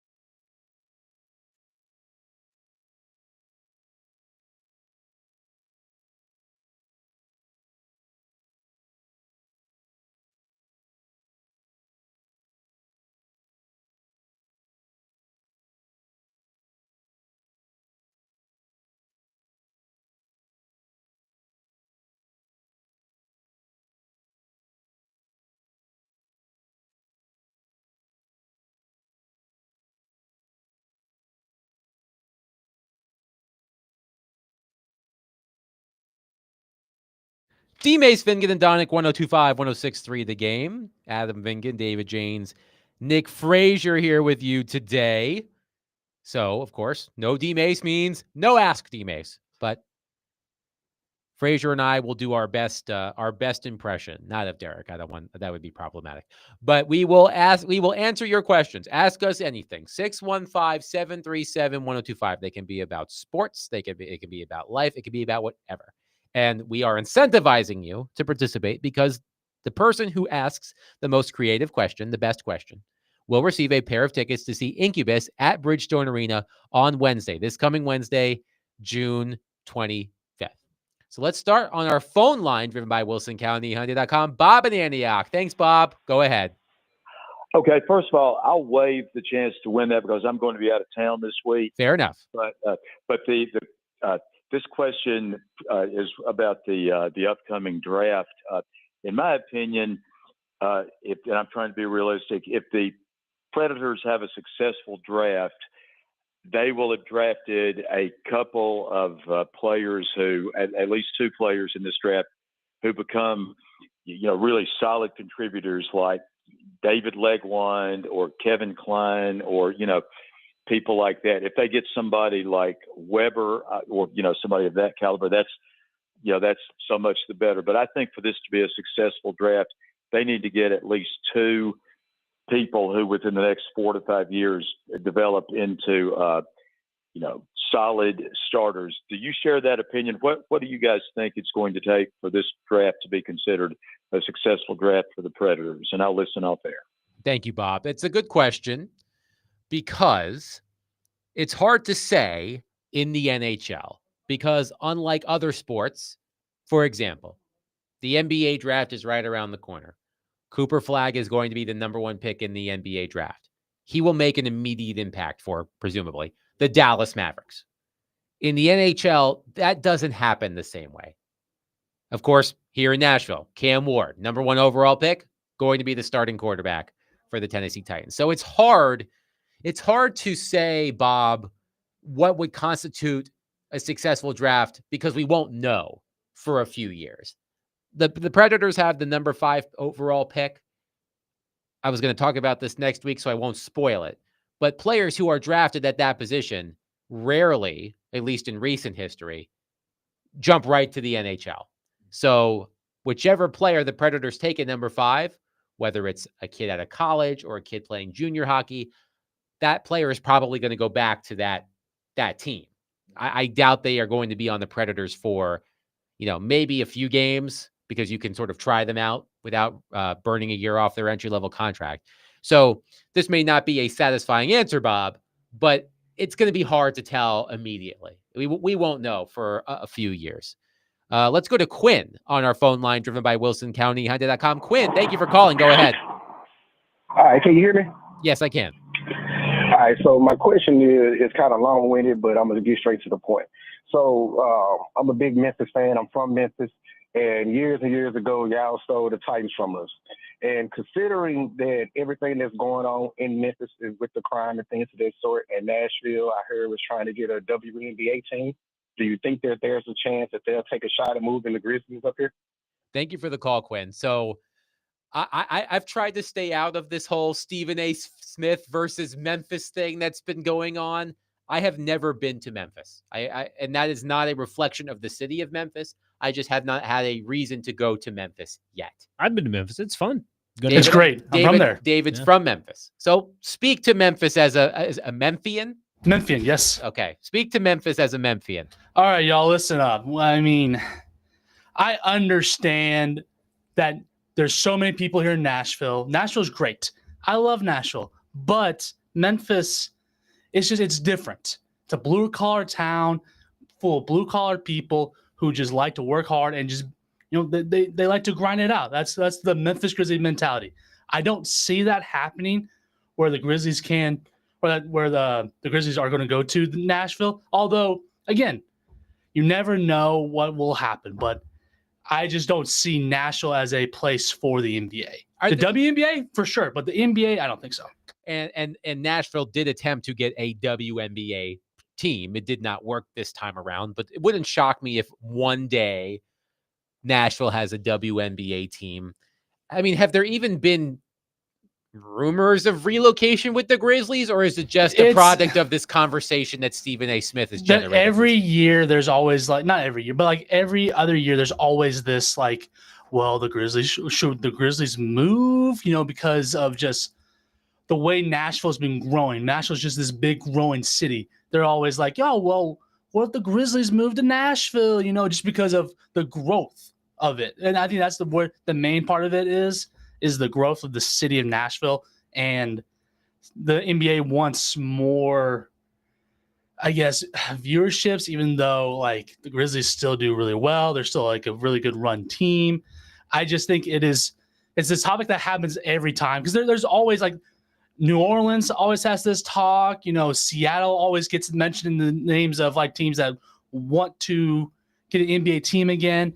It's just this talk that keeps on happening, and it involves just people who don't like Memphis because of the nature of what Memphis is portrayed as. I mean, I thoroughly enjoyed Memphis. The barbecue's it's awesome. great. It's awesome. The Bass Pro Shop there is awesome. But the only thing it is just the crime rate. That's literally what it is. It's people see that and they think to themselves, danger. I shouldn't go there. Like St. Louis is East St. Louis is quote unquote a dangerous city, but again, it's just a perception of what people see. Isn't the Bass Pro Shops in the Pyramid? Yeah, yes, the Pyramid, baby. They have hotel rooms in there as well. It's awesome. What a strange combination that's. You can go fishing in there, by the way. You can go fishing in the Bass Pro Shop. You can. Is that a normal thing? Is that is that unique to Memphis? Yeah. It's unique to Bass Pro. Well, there's a Bass Pro Shop here. Can you go fishing? No, I don't believe so. Huh. No. Well, the Bass Pro Shop here isn't a pyramid. Yeah, that is true. That is true. It is not a pyramid. To Quinn's point, though, like about a possible relocation, like for me, that would be the I guess sign to do that would be like a preseason game in Nashville in Bridgestone Arena. Yeah, that would because then that would give you a true gauge on maybe numbers are pretty good in Nashville for NBA. Let's try this out. Let's do a preseason game. And I know that Bridgestone Arena is hosting multiple neutral court college basketball games this season. I know Kentucky and Gonzaga. There may be another one. But with all the additions the Bridgestone's doing, was $1 million in renovation, something probably like that? More than that. Yeah, more than I had to go back. Was it $1 billion? I can't recall. I don't know if it's $1 billion, but it's probably more than $1 million. It was a lot of money. It was a lot of money for renovations going on at Bridgestone Arena. So I wouldn't be surprised if they did some form of a preseason game in Bridgestone Arena for the Memphis Grizzlies, just to test the waters. So they tried to do that before. So when I forget the guy's name, Wade Baldwin Jr. Or not junior, but the fourth. He was a Vanderbilt grad who was drafted by the Grizzlies. Well, not grad, but he was drafted by the Grizzlies. Right. And so they wanted to see if they can do more stuff like that. And they didn't really do well, if that makes sense. So it's like they tried to do that like years ago. Like I think like 9+ years ago or something like that. In Nashville, in Nashville, Birmingham, they used to do all that stuff, and it didn't work out then. I think maybe change now, but like it just didn't work out back then. That's what I'm saying. They'd easily try it now because it's completely different. Like the landscape's completely different when it comes to population. So we'll see. I don't know. 615-737-1025. We will continue Ask Us Anything in lieu of Ask D-Mates since Derek is not here. But again, the best question will win a pair of tickets. The person who asks the best question, because the question can't go to the concert. The person who asks the best question will receive a pair of tickets to Incubus at Bridgestone Arena on Wednesday, this coming Wednesday, June 25th. 615-737-1025. Nick Frazier, Adam Vingan, 1025-1063. The Game.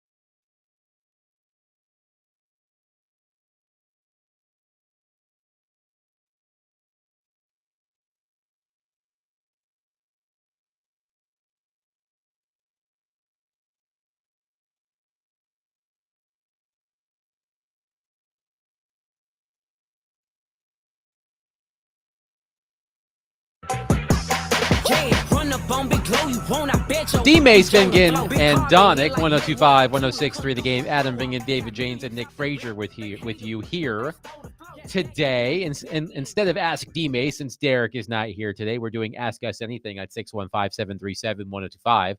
The best question, the person who asks the best question, will receive a pair of tickets to see Incubus on Wednesday, this coming Wednesday at Bridgestone Arena. That's June 25th. Let's go to Wayne on our phone line, driven by WilsonCountyHyundai.com. Wayne, thank you for waiting. Go ahead. Thank you. So let's say you had your own professional football team and you wanted to start this franchise. Would you rather start this franchise with the next Mahomes or the next Brady? Go Incubus. the next Brady or the next Mahomes? That's a good question because, what's the tangible difference there? One of them's more of a pocket passer. The other one's more of a mobile quarterback. That is true. I will take the pocket passer any day of the week. Really? Yeah, I will take Tom Brady any day of the week. That's interesting. Would you consider yourself a fan of Patrick Mahomes' game? Oh yeah, absolutely. I mean, but not enough to choose him over Tom Brady. Correct. I feel like I would go with Patrick Mahomes, just because he's more of the what's the word I'm looking for here? He's more of a product of the current game, I feel like, than Tom Brady.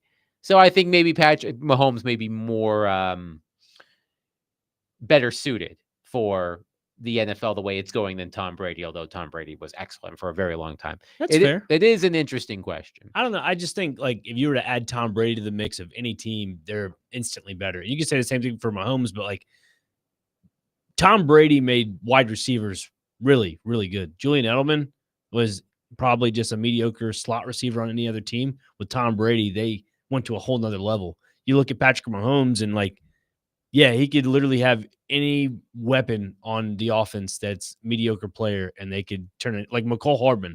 He's their gadget guy. And sure enough, he's one of the reasons why they won one of their Super Bowls. And so you kind of look at that. And for me, I look at Tom Brady as a guy that can elevate talent more than Patrick Mahomes, that is. You're talking about Mahomes being the guy that can, be with the times. I think Tom Brady can still do that, even though he's retired. I still think he can be with the times. I just think he elevates the game at a higher level than Mahomes. Dylan in Antioch says, I heard James Higgins had been sliding a little in the NHL draft. Is it possible he may be there at 5, and why is he dropping? So James Higgins is expected to be available when the Predators pick at 5. I've seen some mock drafts that have the Predators taking a different player instead of Higgins, who in these mock drafts is still on the board at number 5. Corey Pronman, who writes about prospects for The Athletic, wrote a story about this about a month ago. And this is what he said about James Higgins. Quote, while he played very well this season, evaluators have minor questions about how Higgins' game would translate to the NHL.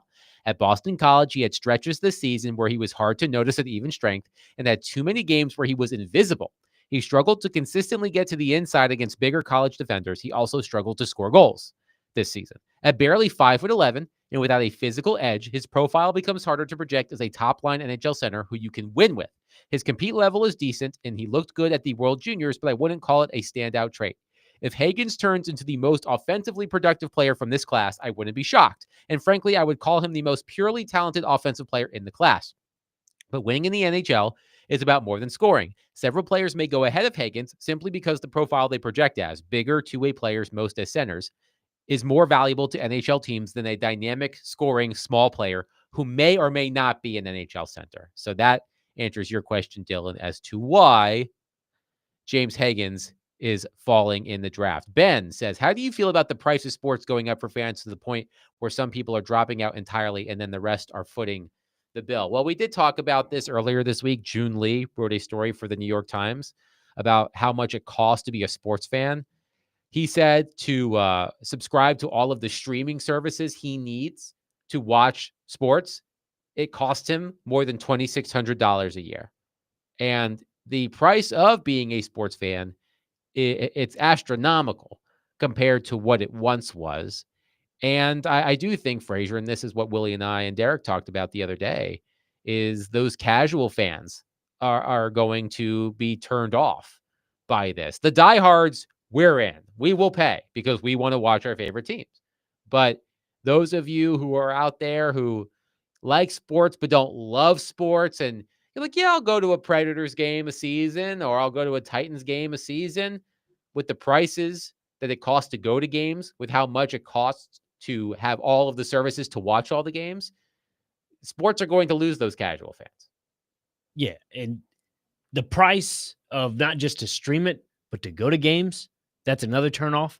Like, I've lucked out with the Cardinals because everybody's boycotting the team and you're able to go for dirt cheap. But, like, you go to a game for the Florida Panthers, and I'm pretty sure opening night next season is going to be a pretty penny. Like, that is going to be a gradual decline, but it's still going to be probably $100 a ticket. So, like, for me, that's a turnoff. I don't have $100. Well, I do have $100, but, like, $100 to spare just for leisurely. I don't want to do that. So then you want to watch it at home, and you're more than likely going to watch it on ESPN Plus because it's cheaper. It's like, what, $7.99 a month? Or they go up on that? Here's what I used to do when I was still reporting on the Predators and watching every single game, because I didn't have FanDuel Sports Network, or whatever it was called at the time, Bally Sports Network. Yeah. On YouTube TV, I would buy a VPN so that it's the geo blocker sort of thing. Yeah. And I would set my location to like Los Angeles, and I would watch Predators games on ESPN Plus through a VPN. So I paid like $100 for the year for the VPN, and then stream the games on ESPN Plus by masking my location. And that was a better use of my funds than paying for the service. Interesting. So I've never thought about that. I probably should. It's saving probably about $300 a year. Well, piracy is a big thing, right? Piracy is a big thing when it comes to sports because people don't want to pay those huge prices to watch their favorite teams. Jerry in Brentwood says, my question for Ask Anything, one of Incubus's bigger hits is Wish You Were Here. Which deceased sports figure would you want to spend time with because you wish they were still here? Oh, boy. Deceased? Yes. Probably Diego Maradona. He's an Argentinian soccer player. I think he's just an interesting specimen when it comes to not only soccer, but just a human being. He had some drug issues outside of soccer, but he got messed up with the wrong people in Naples, Italy, and stuff like that. But there's a good HBO series on him. It's pretty a fun watch, but would love to get just different stories out of him because if he's not the best soccer player behind Pele, he's easily the best. So it's either 1A or 1B. I know this is probably an easy answer, but Kobe Bryant. That was the same for me. Kobe Bryant died too soon. Yeah. And yeah, so I think I would choose Kobe Bryant on that one. What intrigued you about Kobe Bryant? Is it just his off the court just knowledge of, like, he spoke 3 or 4 different languages? Yeah, he was an interesting guy, obviously an incredible basketball player. I always found him to be incredibly insightful. Yeah. So, it's a shame. I mean, I remember when the news broke that he had died and his daughter as well. It was just heartbreaking. Gone way too soon. Andrew from Dover. We'll end on this one. Andrew from Dover says, my original Ask D-Maze question was, which artist, band, or song do you believe was ahead of its time? You can go ahead, Adam. I don't have any on top of my head. I have what I think is an interesting answer. You may not think it's an interesting answer. When I think of a band that was ahead of its time, I think of Rage Against the Machine. I think Rage Against the Machine was ahead of its time. The funk metal, the rap rock, rap metal, whatever you want to call it. I think that Rage Against the Machine perfected it. And for as many bands that came after them who attempted to do it, and there were some highly successful ones, Limp Bizkit, Linkin Park, if I have my chronology correct. But I feel like Rage Against the Machine is the first band that came to mind among bands that I listened to that was ahead of its time. I don't have a band, but I have a movie because I don't really know much bands of if they're, ahead of their time or not with the time, whatever. Ratatouille. And why I say that, Ratatouille. I know that's way out of left field. What? But if you go back and look at the details of that movie, they had Dolby Atmos audio. I'm a nerd when it comes to that type of stuff. Yeah, I would not have noticed that at all. No other Pixar movie in 2006 had Dolby Atmos. So go back and look at that. Ratatouille ahead of its time for sure. Okay, that wasn't the question, but I'll allow it. I put my own twist to it because I don't know many bands that are ahead or behind its time. I'll allow it. All right. Thank you all for your participation. Now, I'll let Frazier have a vote in this too. Uh-oh. But I believe the winner of those Incubus tickets is Jerry in Brentwood. He asked an Incubus-related question. He's probably an Incubus fan. So no way. So Jerry in Brentwood, congratulations, my friend. David Janes will be in touch with you on winning those Incubus tickets for their concert at Bridgestone Arena on Wednesday. 615-737-1025. Coming up next, let's have a little Titans talk. A lot of attention on Cam Ward.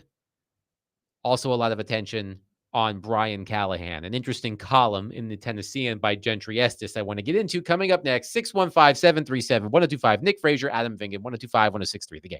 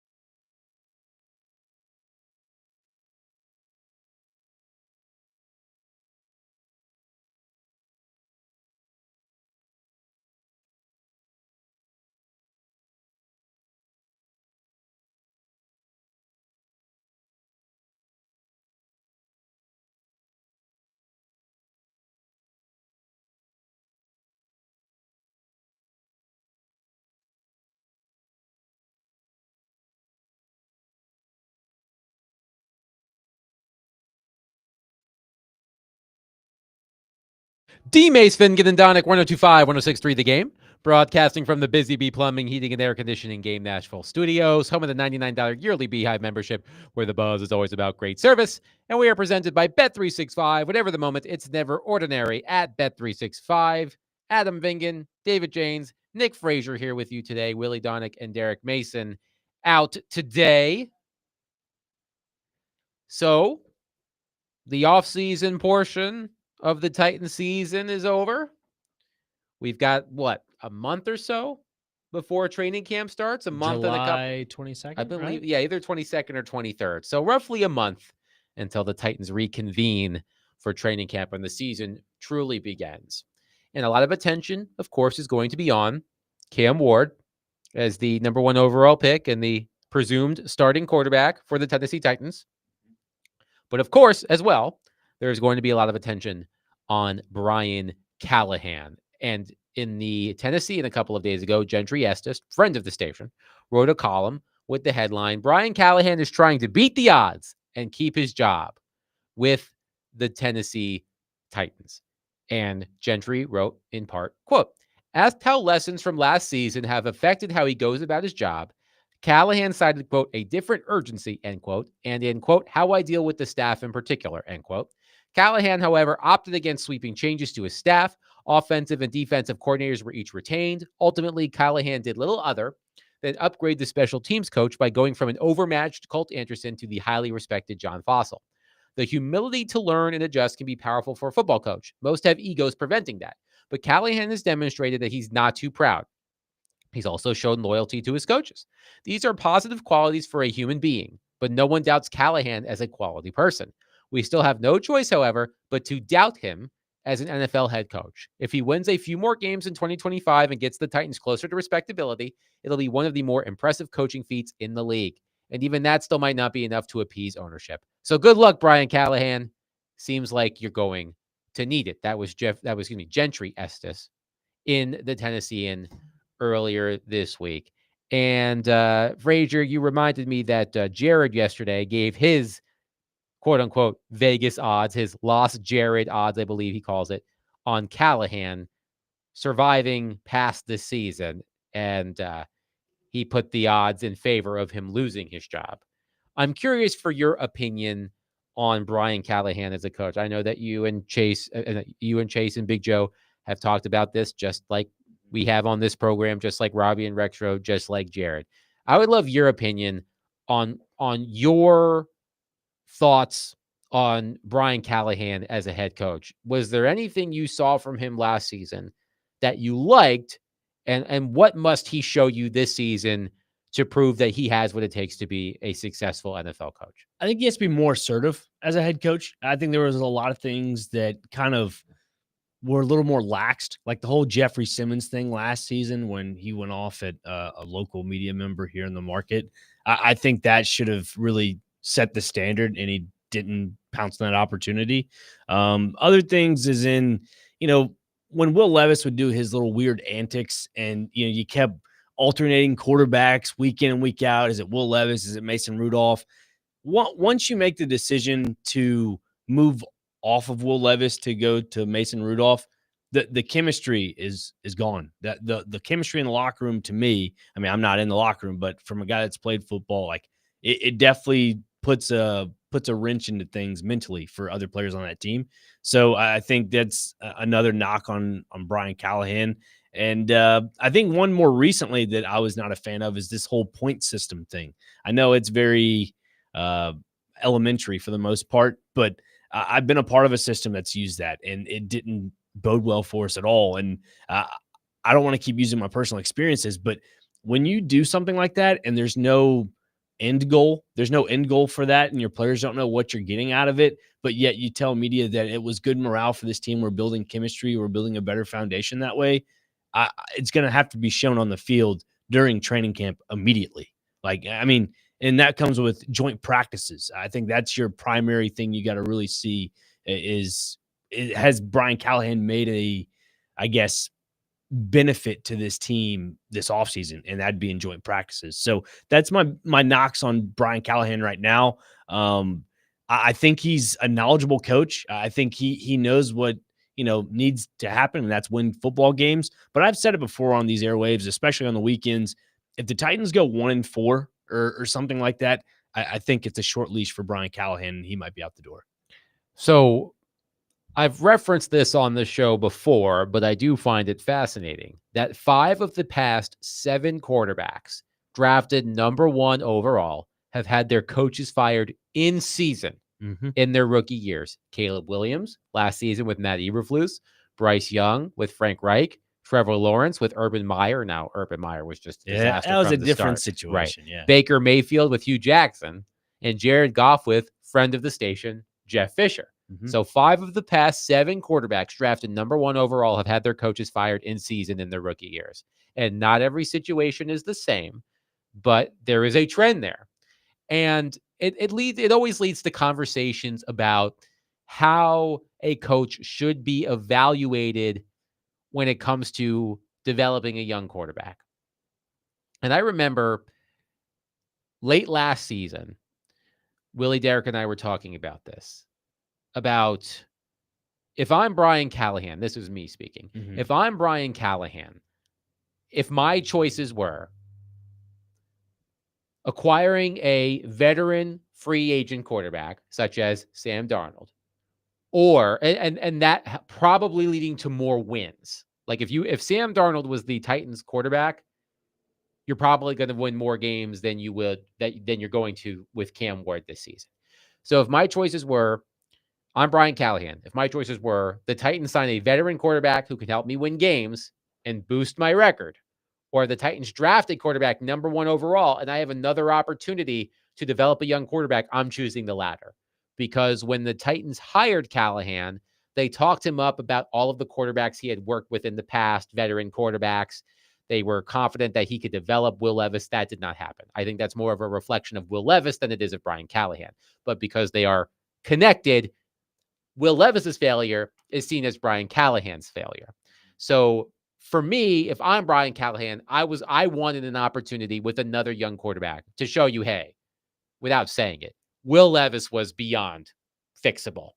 I've got a quarterback here in Cam Ward who I can truly develop, and I want to show you that I am a quarterback developer. So he's going to have that opportunity. So I think it would be unwise for Titans fans to grade Brian Callahan on wins and losses. Let's say the Titans go 5-12 this season. First of all, that would be an improvement. But let's say they go 5-12. But Cam Ward looks like the real deal. To me, that should be more important than the Titans winning 5 games. The question is, Frazier, will Callahan's bosses see that the same way? I don't think so. And the reason why is because we've been hearing all this talk about Cam Ward's getting there before the coaches at 5 a.m. Well, who does that really reflect? Does that reflect Cam Ward or Brian Callahan? You tell me. Well, I don't know what time the other coaches are getting there. That's what I'm saying. If Cam Ward's getting there before all the other coaches, and it's supposedly Brian Callahan's the quarterback guru, who does that reflect? Cam Ward or Brian Callahan? Yeah, I see what you're trying to say. I'm not sure I agree. I don't think Cam Ward coming in early and coaches saying he's in before some of the coaches means that Brian Callahan isn't working hard. Oh, I'm just saying in general, normally when a player is putting in extra effort outside of football and outside of other coaches helping them, it then comes to the standard of, well, the front office is looking at that. Well, maybe I don't know if Brian Callahan's still doing his 3 p.m. phone calls every Monday with Amy Adams Strunk. Yeah, I don't know. But if that comes up in a conversation and, they talk about it and so forth, I just think that I go back to my initial comment about Brian Callahan with his assertiveness. I don't know if this assertiveness he is lacking is really coming off as the head coach that the Titans need. You get what I'm saying? Like, I think if you have Cam Ward as your quarterback and he's showing that he's more of a leader and taking the initiative to grow as a player, and Brian Callahan's just kind of there tagging along, that's where I have the issue. Well, you just look at the juxtaposition of Brian Callahan and his predecessor. Mike Vrabel played the game at a high level, won multiple championships. Let's just be honest. Mike Vrabel, total meathead. Brian Callahan, not a meathead. My friend J.R. Lind, who used to live here, used to write for the Nashville Scene, among other places. He described Mike Vrabel in this way, and it has stuck with me for years. He described Mike Vrabel as a human tribal tattoo, and that is what Mike Vrabel is. That is Mike Vrabel's personality. That is not Brian Callahan. And I think the juxtaposition, I think, every year they have those like NFL coaches symposiums, and they have all of the coaches take a picture together. And I think, if I recall correctly, Vrabel was standing behind Callahan because the front row was sitting and the back row was standing, and just like looking at Callahan, unassuming, versus Vrabel, this larger than life personality, big, broad guy. I think people compare Callahan's personality to Vrabel's personality, and that is sort of used as a cudgel against Callahan because he's not the big brash Mike Vrabel. I think that works against him. I'm not sure how entirely fair it is, but I do think that Callahan should be judged on the development of Cam Ward. Let's go to Daryl from Hendersonville on our phone line, driven by Wilson County, Hunter.com. Thank you for calling. Go ahead. Hey, guys. One thing that sticks in my craw when I hear this continuously about coaches who have worked with great quarterbacks, and that infers that there must be a connection between that coach and the greatness of that player, is, I think, totally off base. You can extend that to coaching trees as well. How well did the Belichick coaching tree work out? Not very I think well. We all know the answer to that. Moreover, how did Belichick do after Brady left? We all know the answer to that. So the fact that Callahan worked, that he touched the garment, or that somehow he got some good mojo when he was working with Peyton Manning and working with Joe Burrow, is no indication or a predictor at all. There's, as far as I'm concerned, I haven't done any studies on this. There is absolutely no correlation between the success of a coach and the players that he worked with. Did he develop a player?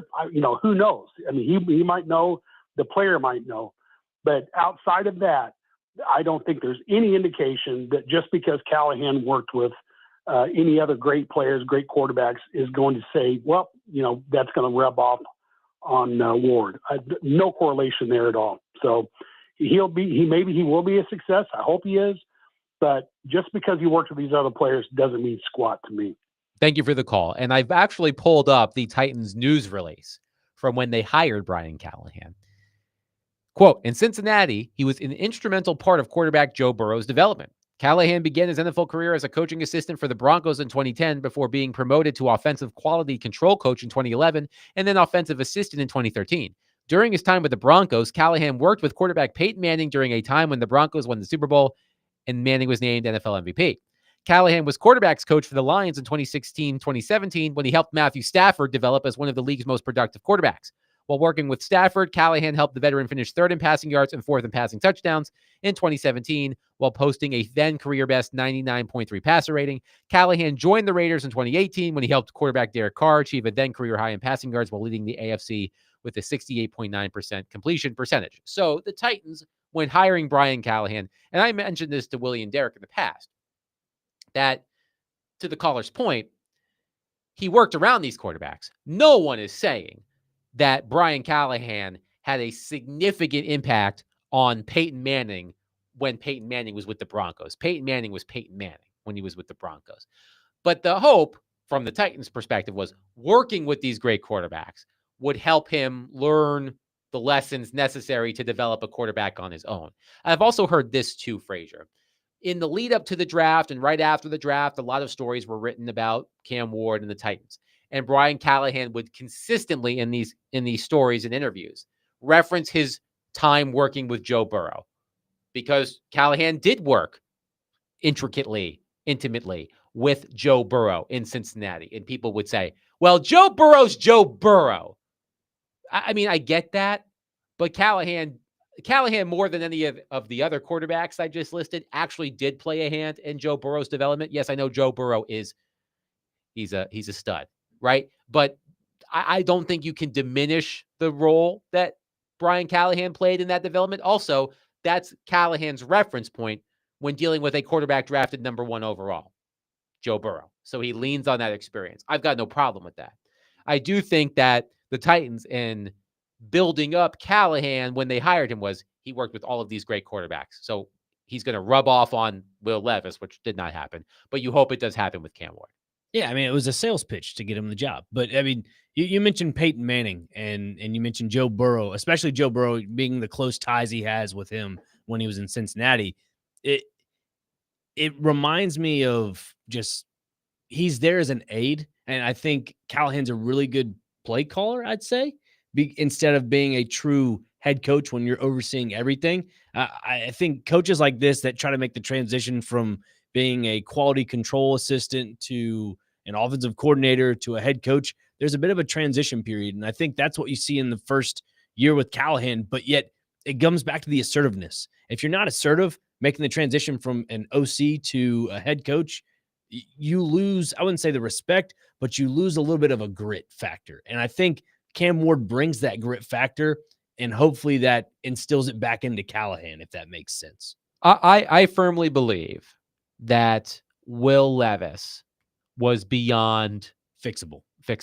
I think that Brian Callahan did the best he could, and Levis, I mean, I've likened Levis to my toddler, because I think it was the game. I think it was week 1 against the Bears Chicago, after he made those terrible mistakes, the first of many terrible mistakes. And Callahan said either after the game or maybe that following week, I told Levis he didn't need to be a hero. Just keep it simple. Let's get out of here with a win.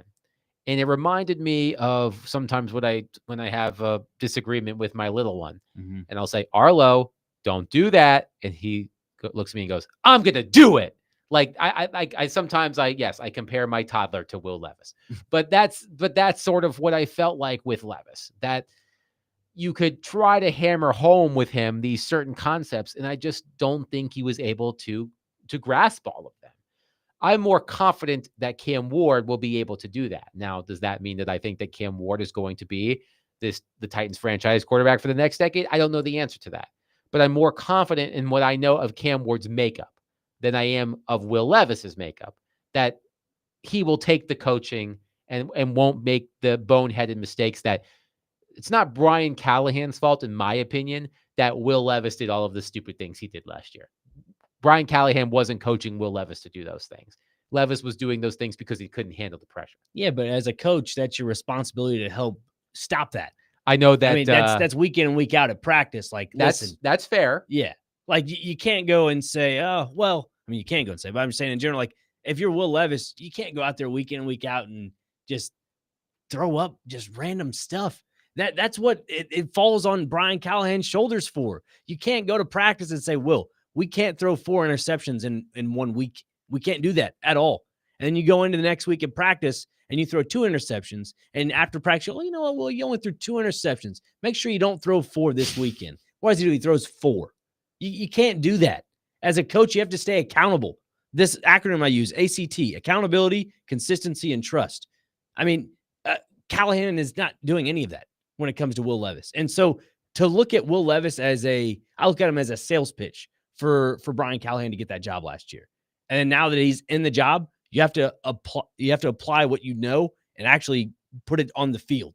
And to me, I think it's just, he's a really good play caller. That's it. I think that's the ceiling. We talked about the Preds earlier with this veteran group. We know what the ceiling is with these veteran guys. You got to add other complements to their roster to where they can be better. For the Titans, Brian Callahan's a really good play caller, and we've seen that in years past. I think now you have to complement that with, good quarterback play, and hopefully, like you're saying, Cam Ward is that guy of the future. 615-737-1025. Our phone and text lines are driven by WilsonCountyHyundai.com. Your thoughts on Brian Callahan? How warm should his seat be right now? Should it just be, a little lukewarm, room temperature? I think when you're in the car, you have the high-low feature. Put them on the low. Okay. Yeah. 615-737-1025. Your thoughts on that? Nick Frazier, Adam Vingan, 1025-1063. The Game.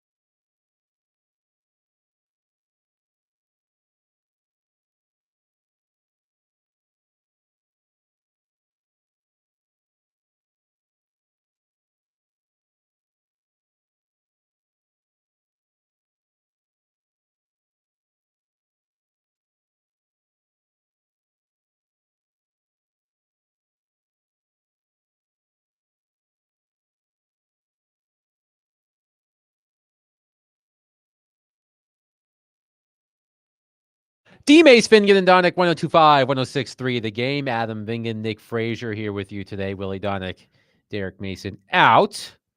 Let's go to Ben on our phone line, driven by Wilson County, Hyundai.com, talking Brian Callahan. Ben, thank you for calling. Please go ahead. Hey, guys. Thanks for taking my call. Sure thing. I think you should be completely on the hot seat. And as far as I like to think of head coaches in a more simplistic fashion, I think that a good NFL head coach should be kind of like a gang leader, if you will. He's got to be able to develop these guys into playing a smash mouth tough game. And what you got in Callahan is a chess player, and he might be a really good chess player. But the last time I checked, I wasn't scared of anybody who plays chess. You need to have somebody who can develop these guys into being a feared, rough team. And that's why he doesn't get any respect from these guys. That's why Vrabel did. Especially when you compare him to Vrabel, like what you guys were talking about. Vrabel is an intimidating person.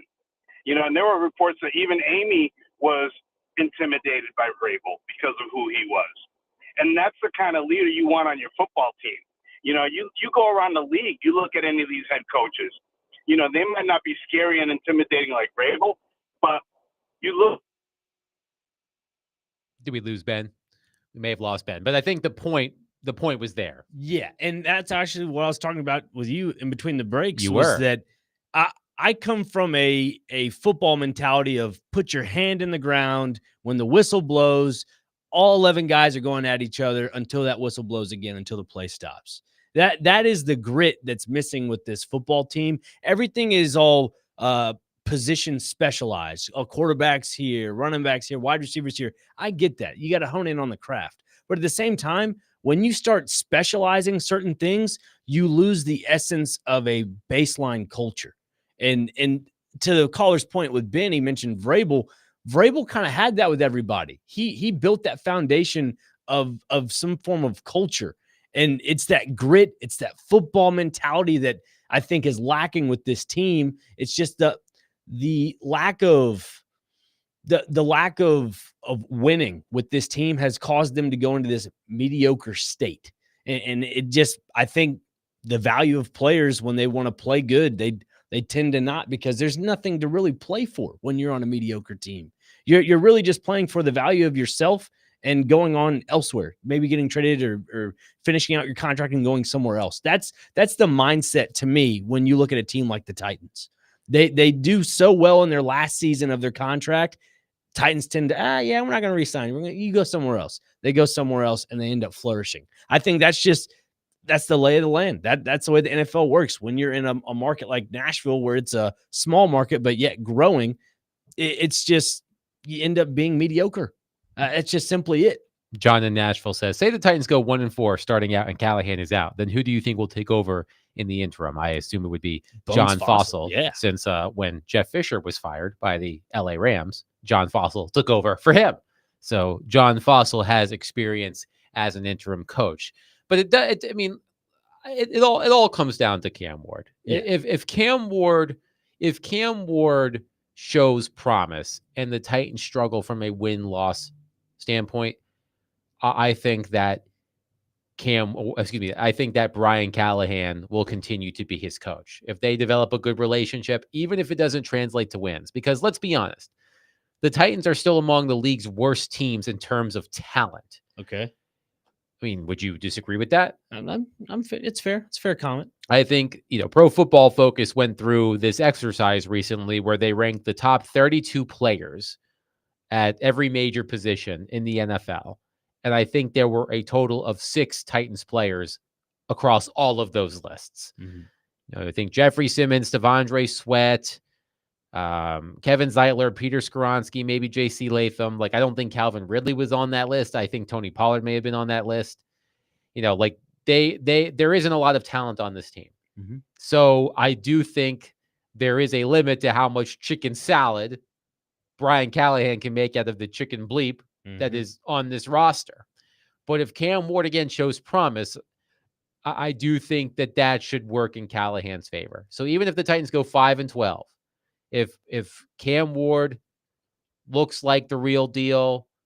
I think that should be enough, like in my opinion, should be enough to save Callahan's job for at least another year, because you do not want to throw another coach in there. And because that's another thing you hear a lot about is you don't want all of this upheaval in the coaching room and on the coaching staff for a young quarterback. I do think there's something to that. Well, let me just rewind the clock a little bit. Sure. The texter mentioned 1-4 if Callahan's in or out. How about this? I'll pose it to you, Adam. You mentioned, if Callahan and Ward have a really good rapport throughout the season, say he's not fired after a 1-4 start. But say this instance he is.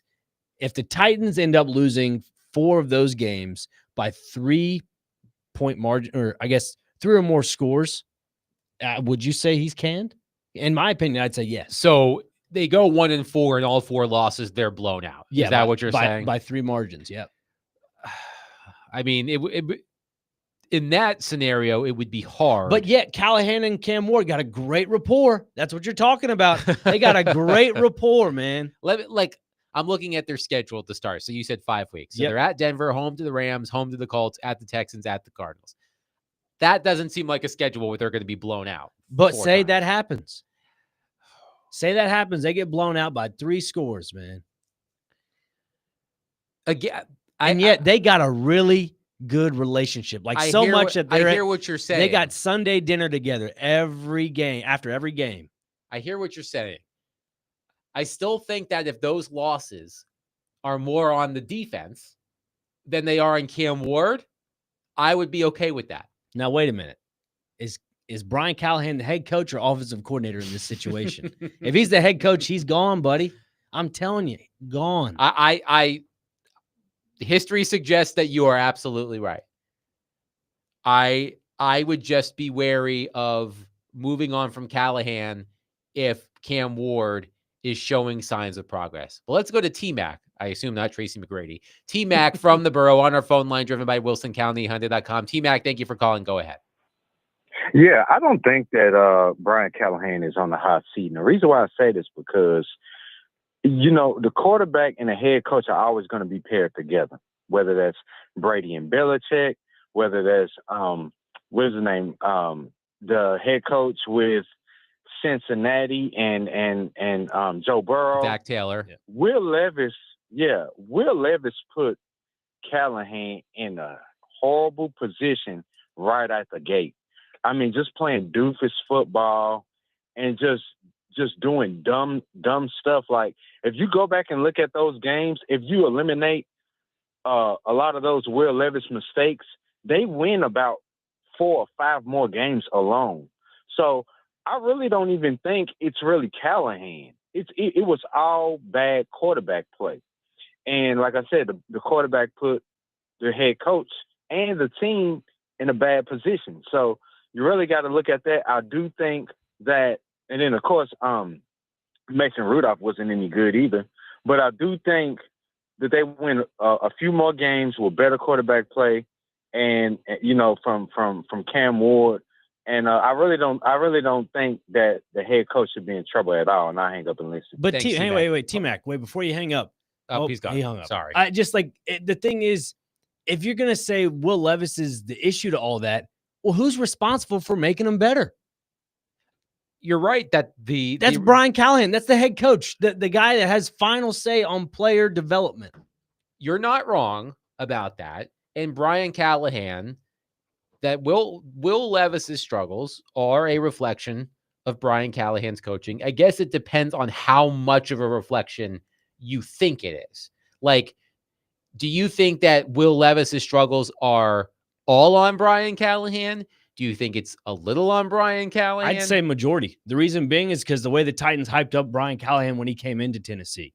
They said he had this giant quarterback resume of working with the best of the best. Right. And you can't make Will Levis a decent quarterback in the NFL, not even serviceable, on one of the worst team in the NFL. You mean to tell me that Brian Callahan can't turn Will Levis into a decent quarterback to where they can win more than 3 games? One texter says, I just wonder if replacing Brian Callahan midseason would also mean replacing Bill Callahan. And if that will play into the decision, only time will tell, and we may never know. Yeah, I mean, There's a difference. The reason is we look at Dan Moore Jr. We don't know what he is with the Titans yet. I think Bill Callahan, when it comes to switching J.C. Latham from the left side to the right side, that's a little bit different. There's a lot of transition for that. I'll give Bill Callahan a little bit more grace.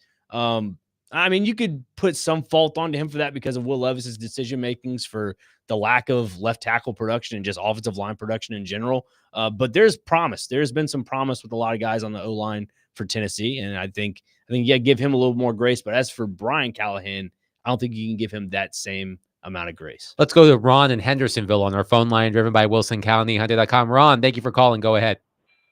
Yeah, how you guys doing? To me, it really makes no sense getting rid of Bill Callahan. I mean, give the guy a chance here. I mean, I think the NFL is just a whole is too quick to fire and get rid of people, you know, and I think that it would be a disservice to Cam Ward to get rid of him and then bring in another coach. To me, it just makes no sense to me whatsoever. Give him at least another year, no matter what they do this first year. Give him at least that much. And that's all I have to say on that one.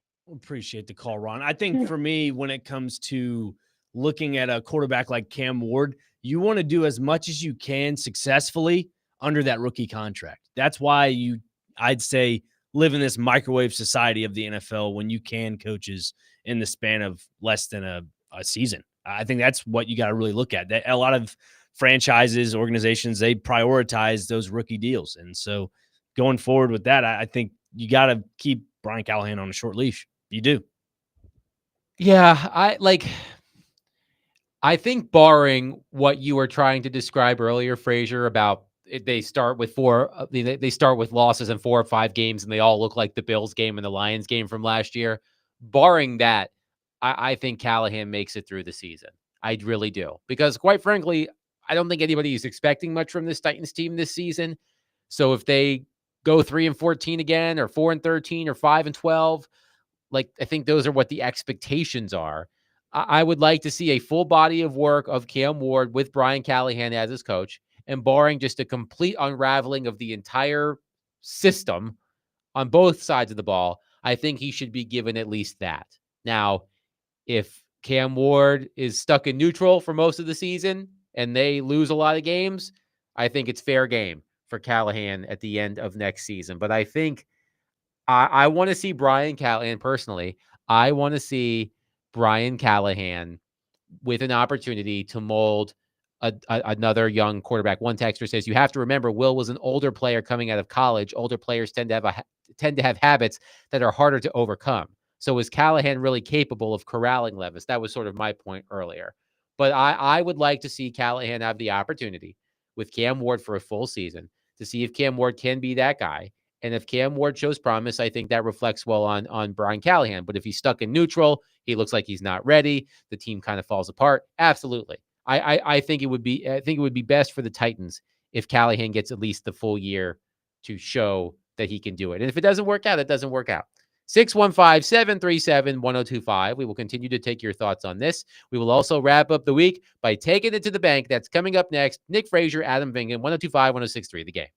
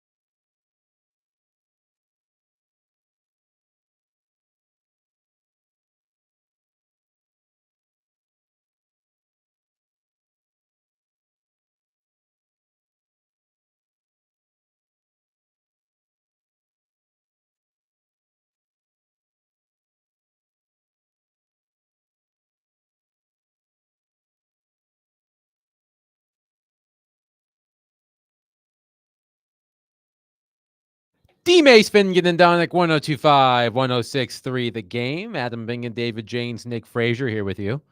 It's time to wrap up the week by taking it to the bank, courtesy of our friends at F&M Bank. Business is complicated. Banking doesn't have to be at F&M Bank. So I thought, of course, in my opinion, the last true sporting event left for a few months. No offense, Frazier. Game 7 of the NBA Finals on Sunday, 7 o'clock. Pacers at Thunder. 6.5-point favorites, the Thunder are in this game. So I just thought it'd be simple. Let's go around the room. Frazier, you begin. Take it to the bank. Pacers or Thunder? Game 7 NBA Finals on Sunday. I'm going Thunder, but Pacers cover. Thunder, but Pacers cover. Okay. Can I double dip on that? Is that cool? Why not? Yeah. That's totally fine. This is sort of the off-season portion. We pick it back up. We start counting points again once football season starts. So this is like preseason for us here. Right. Okay. Exactly. We're just having fun with this one. So Frazier says the Thunder will win, but the Pacers will cover. I'm gonna pick the upset here. Give me the Pacers on the road. Probably not gonna happen, but I'm gonna say it anyway. Give me the Pacers. I think Tyrese Halliburton has one more clutch shot in him in this postseason. So give me the Pacers to topple the Thunder in an upset to win the NBA title. David James, what about you? I'm the same boat with you, Adam. Just the Spurs, man. It's the last time Rick Carlisle was in the NBA Finals. It was with the Mavericks, and the Mavericks won. Okay. So there you go. Okay. So I'll be curious to see, as we talked about at the beginning of the show, Frazier, you know, the ratings for this NBA Finals have not been great. Right. And people who don't like the current direction of the NBA have been using that as proof that the current direction of the NBA is bad. But when it's game 7, especially when a championship is at stake, people who criticize the sport will probably end up watching even a little bit.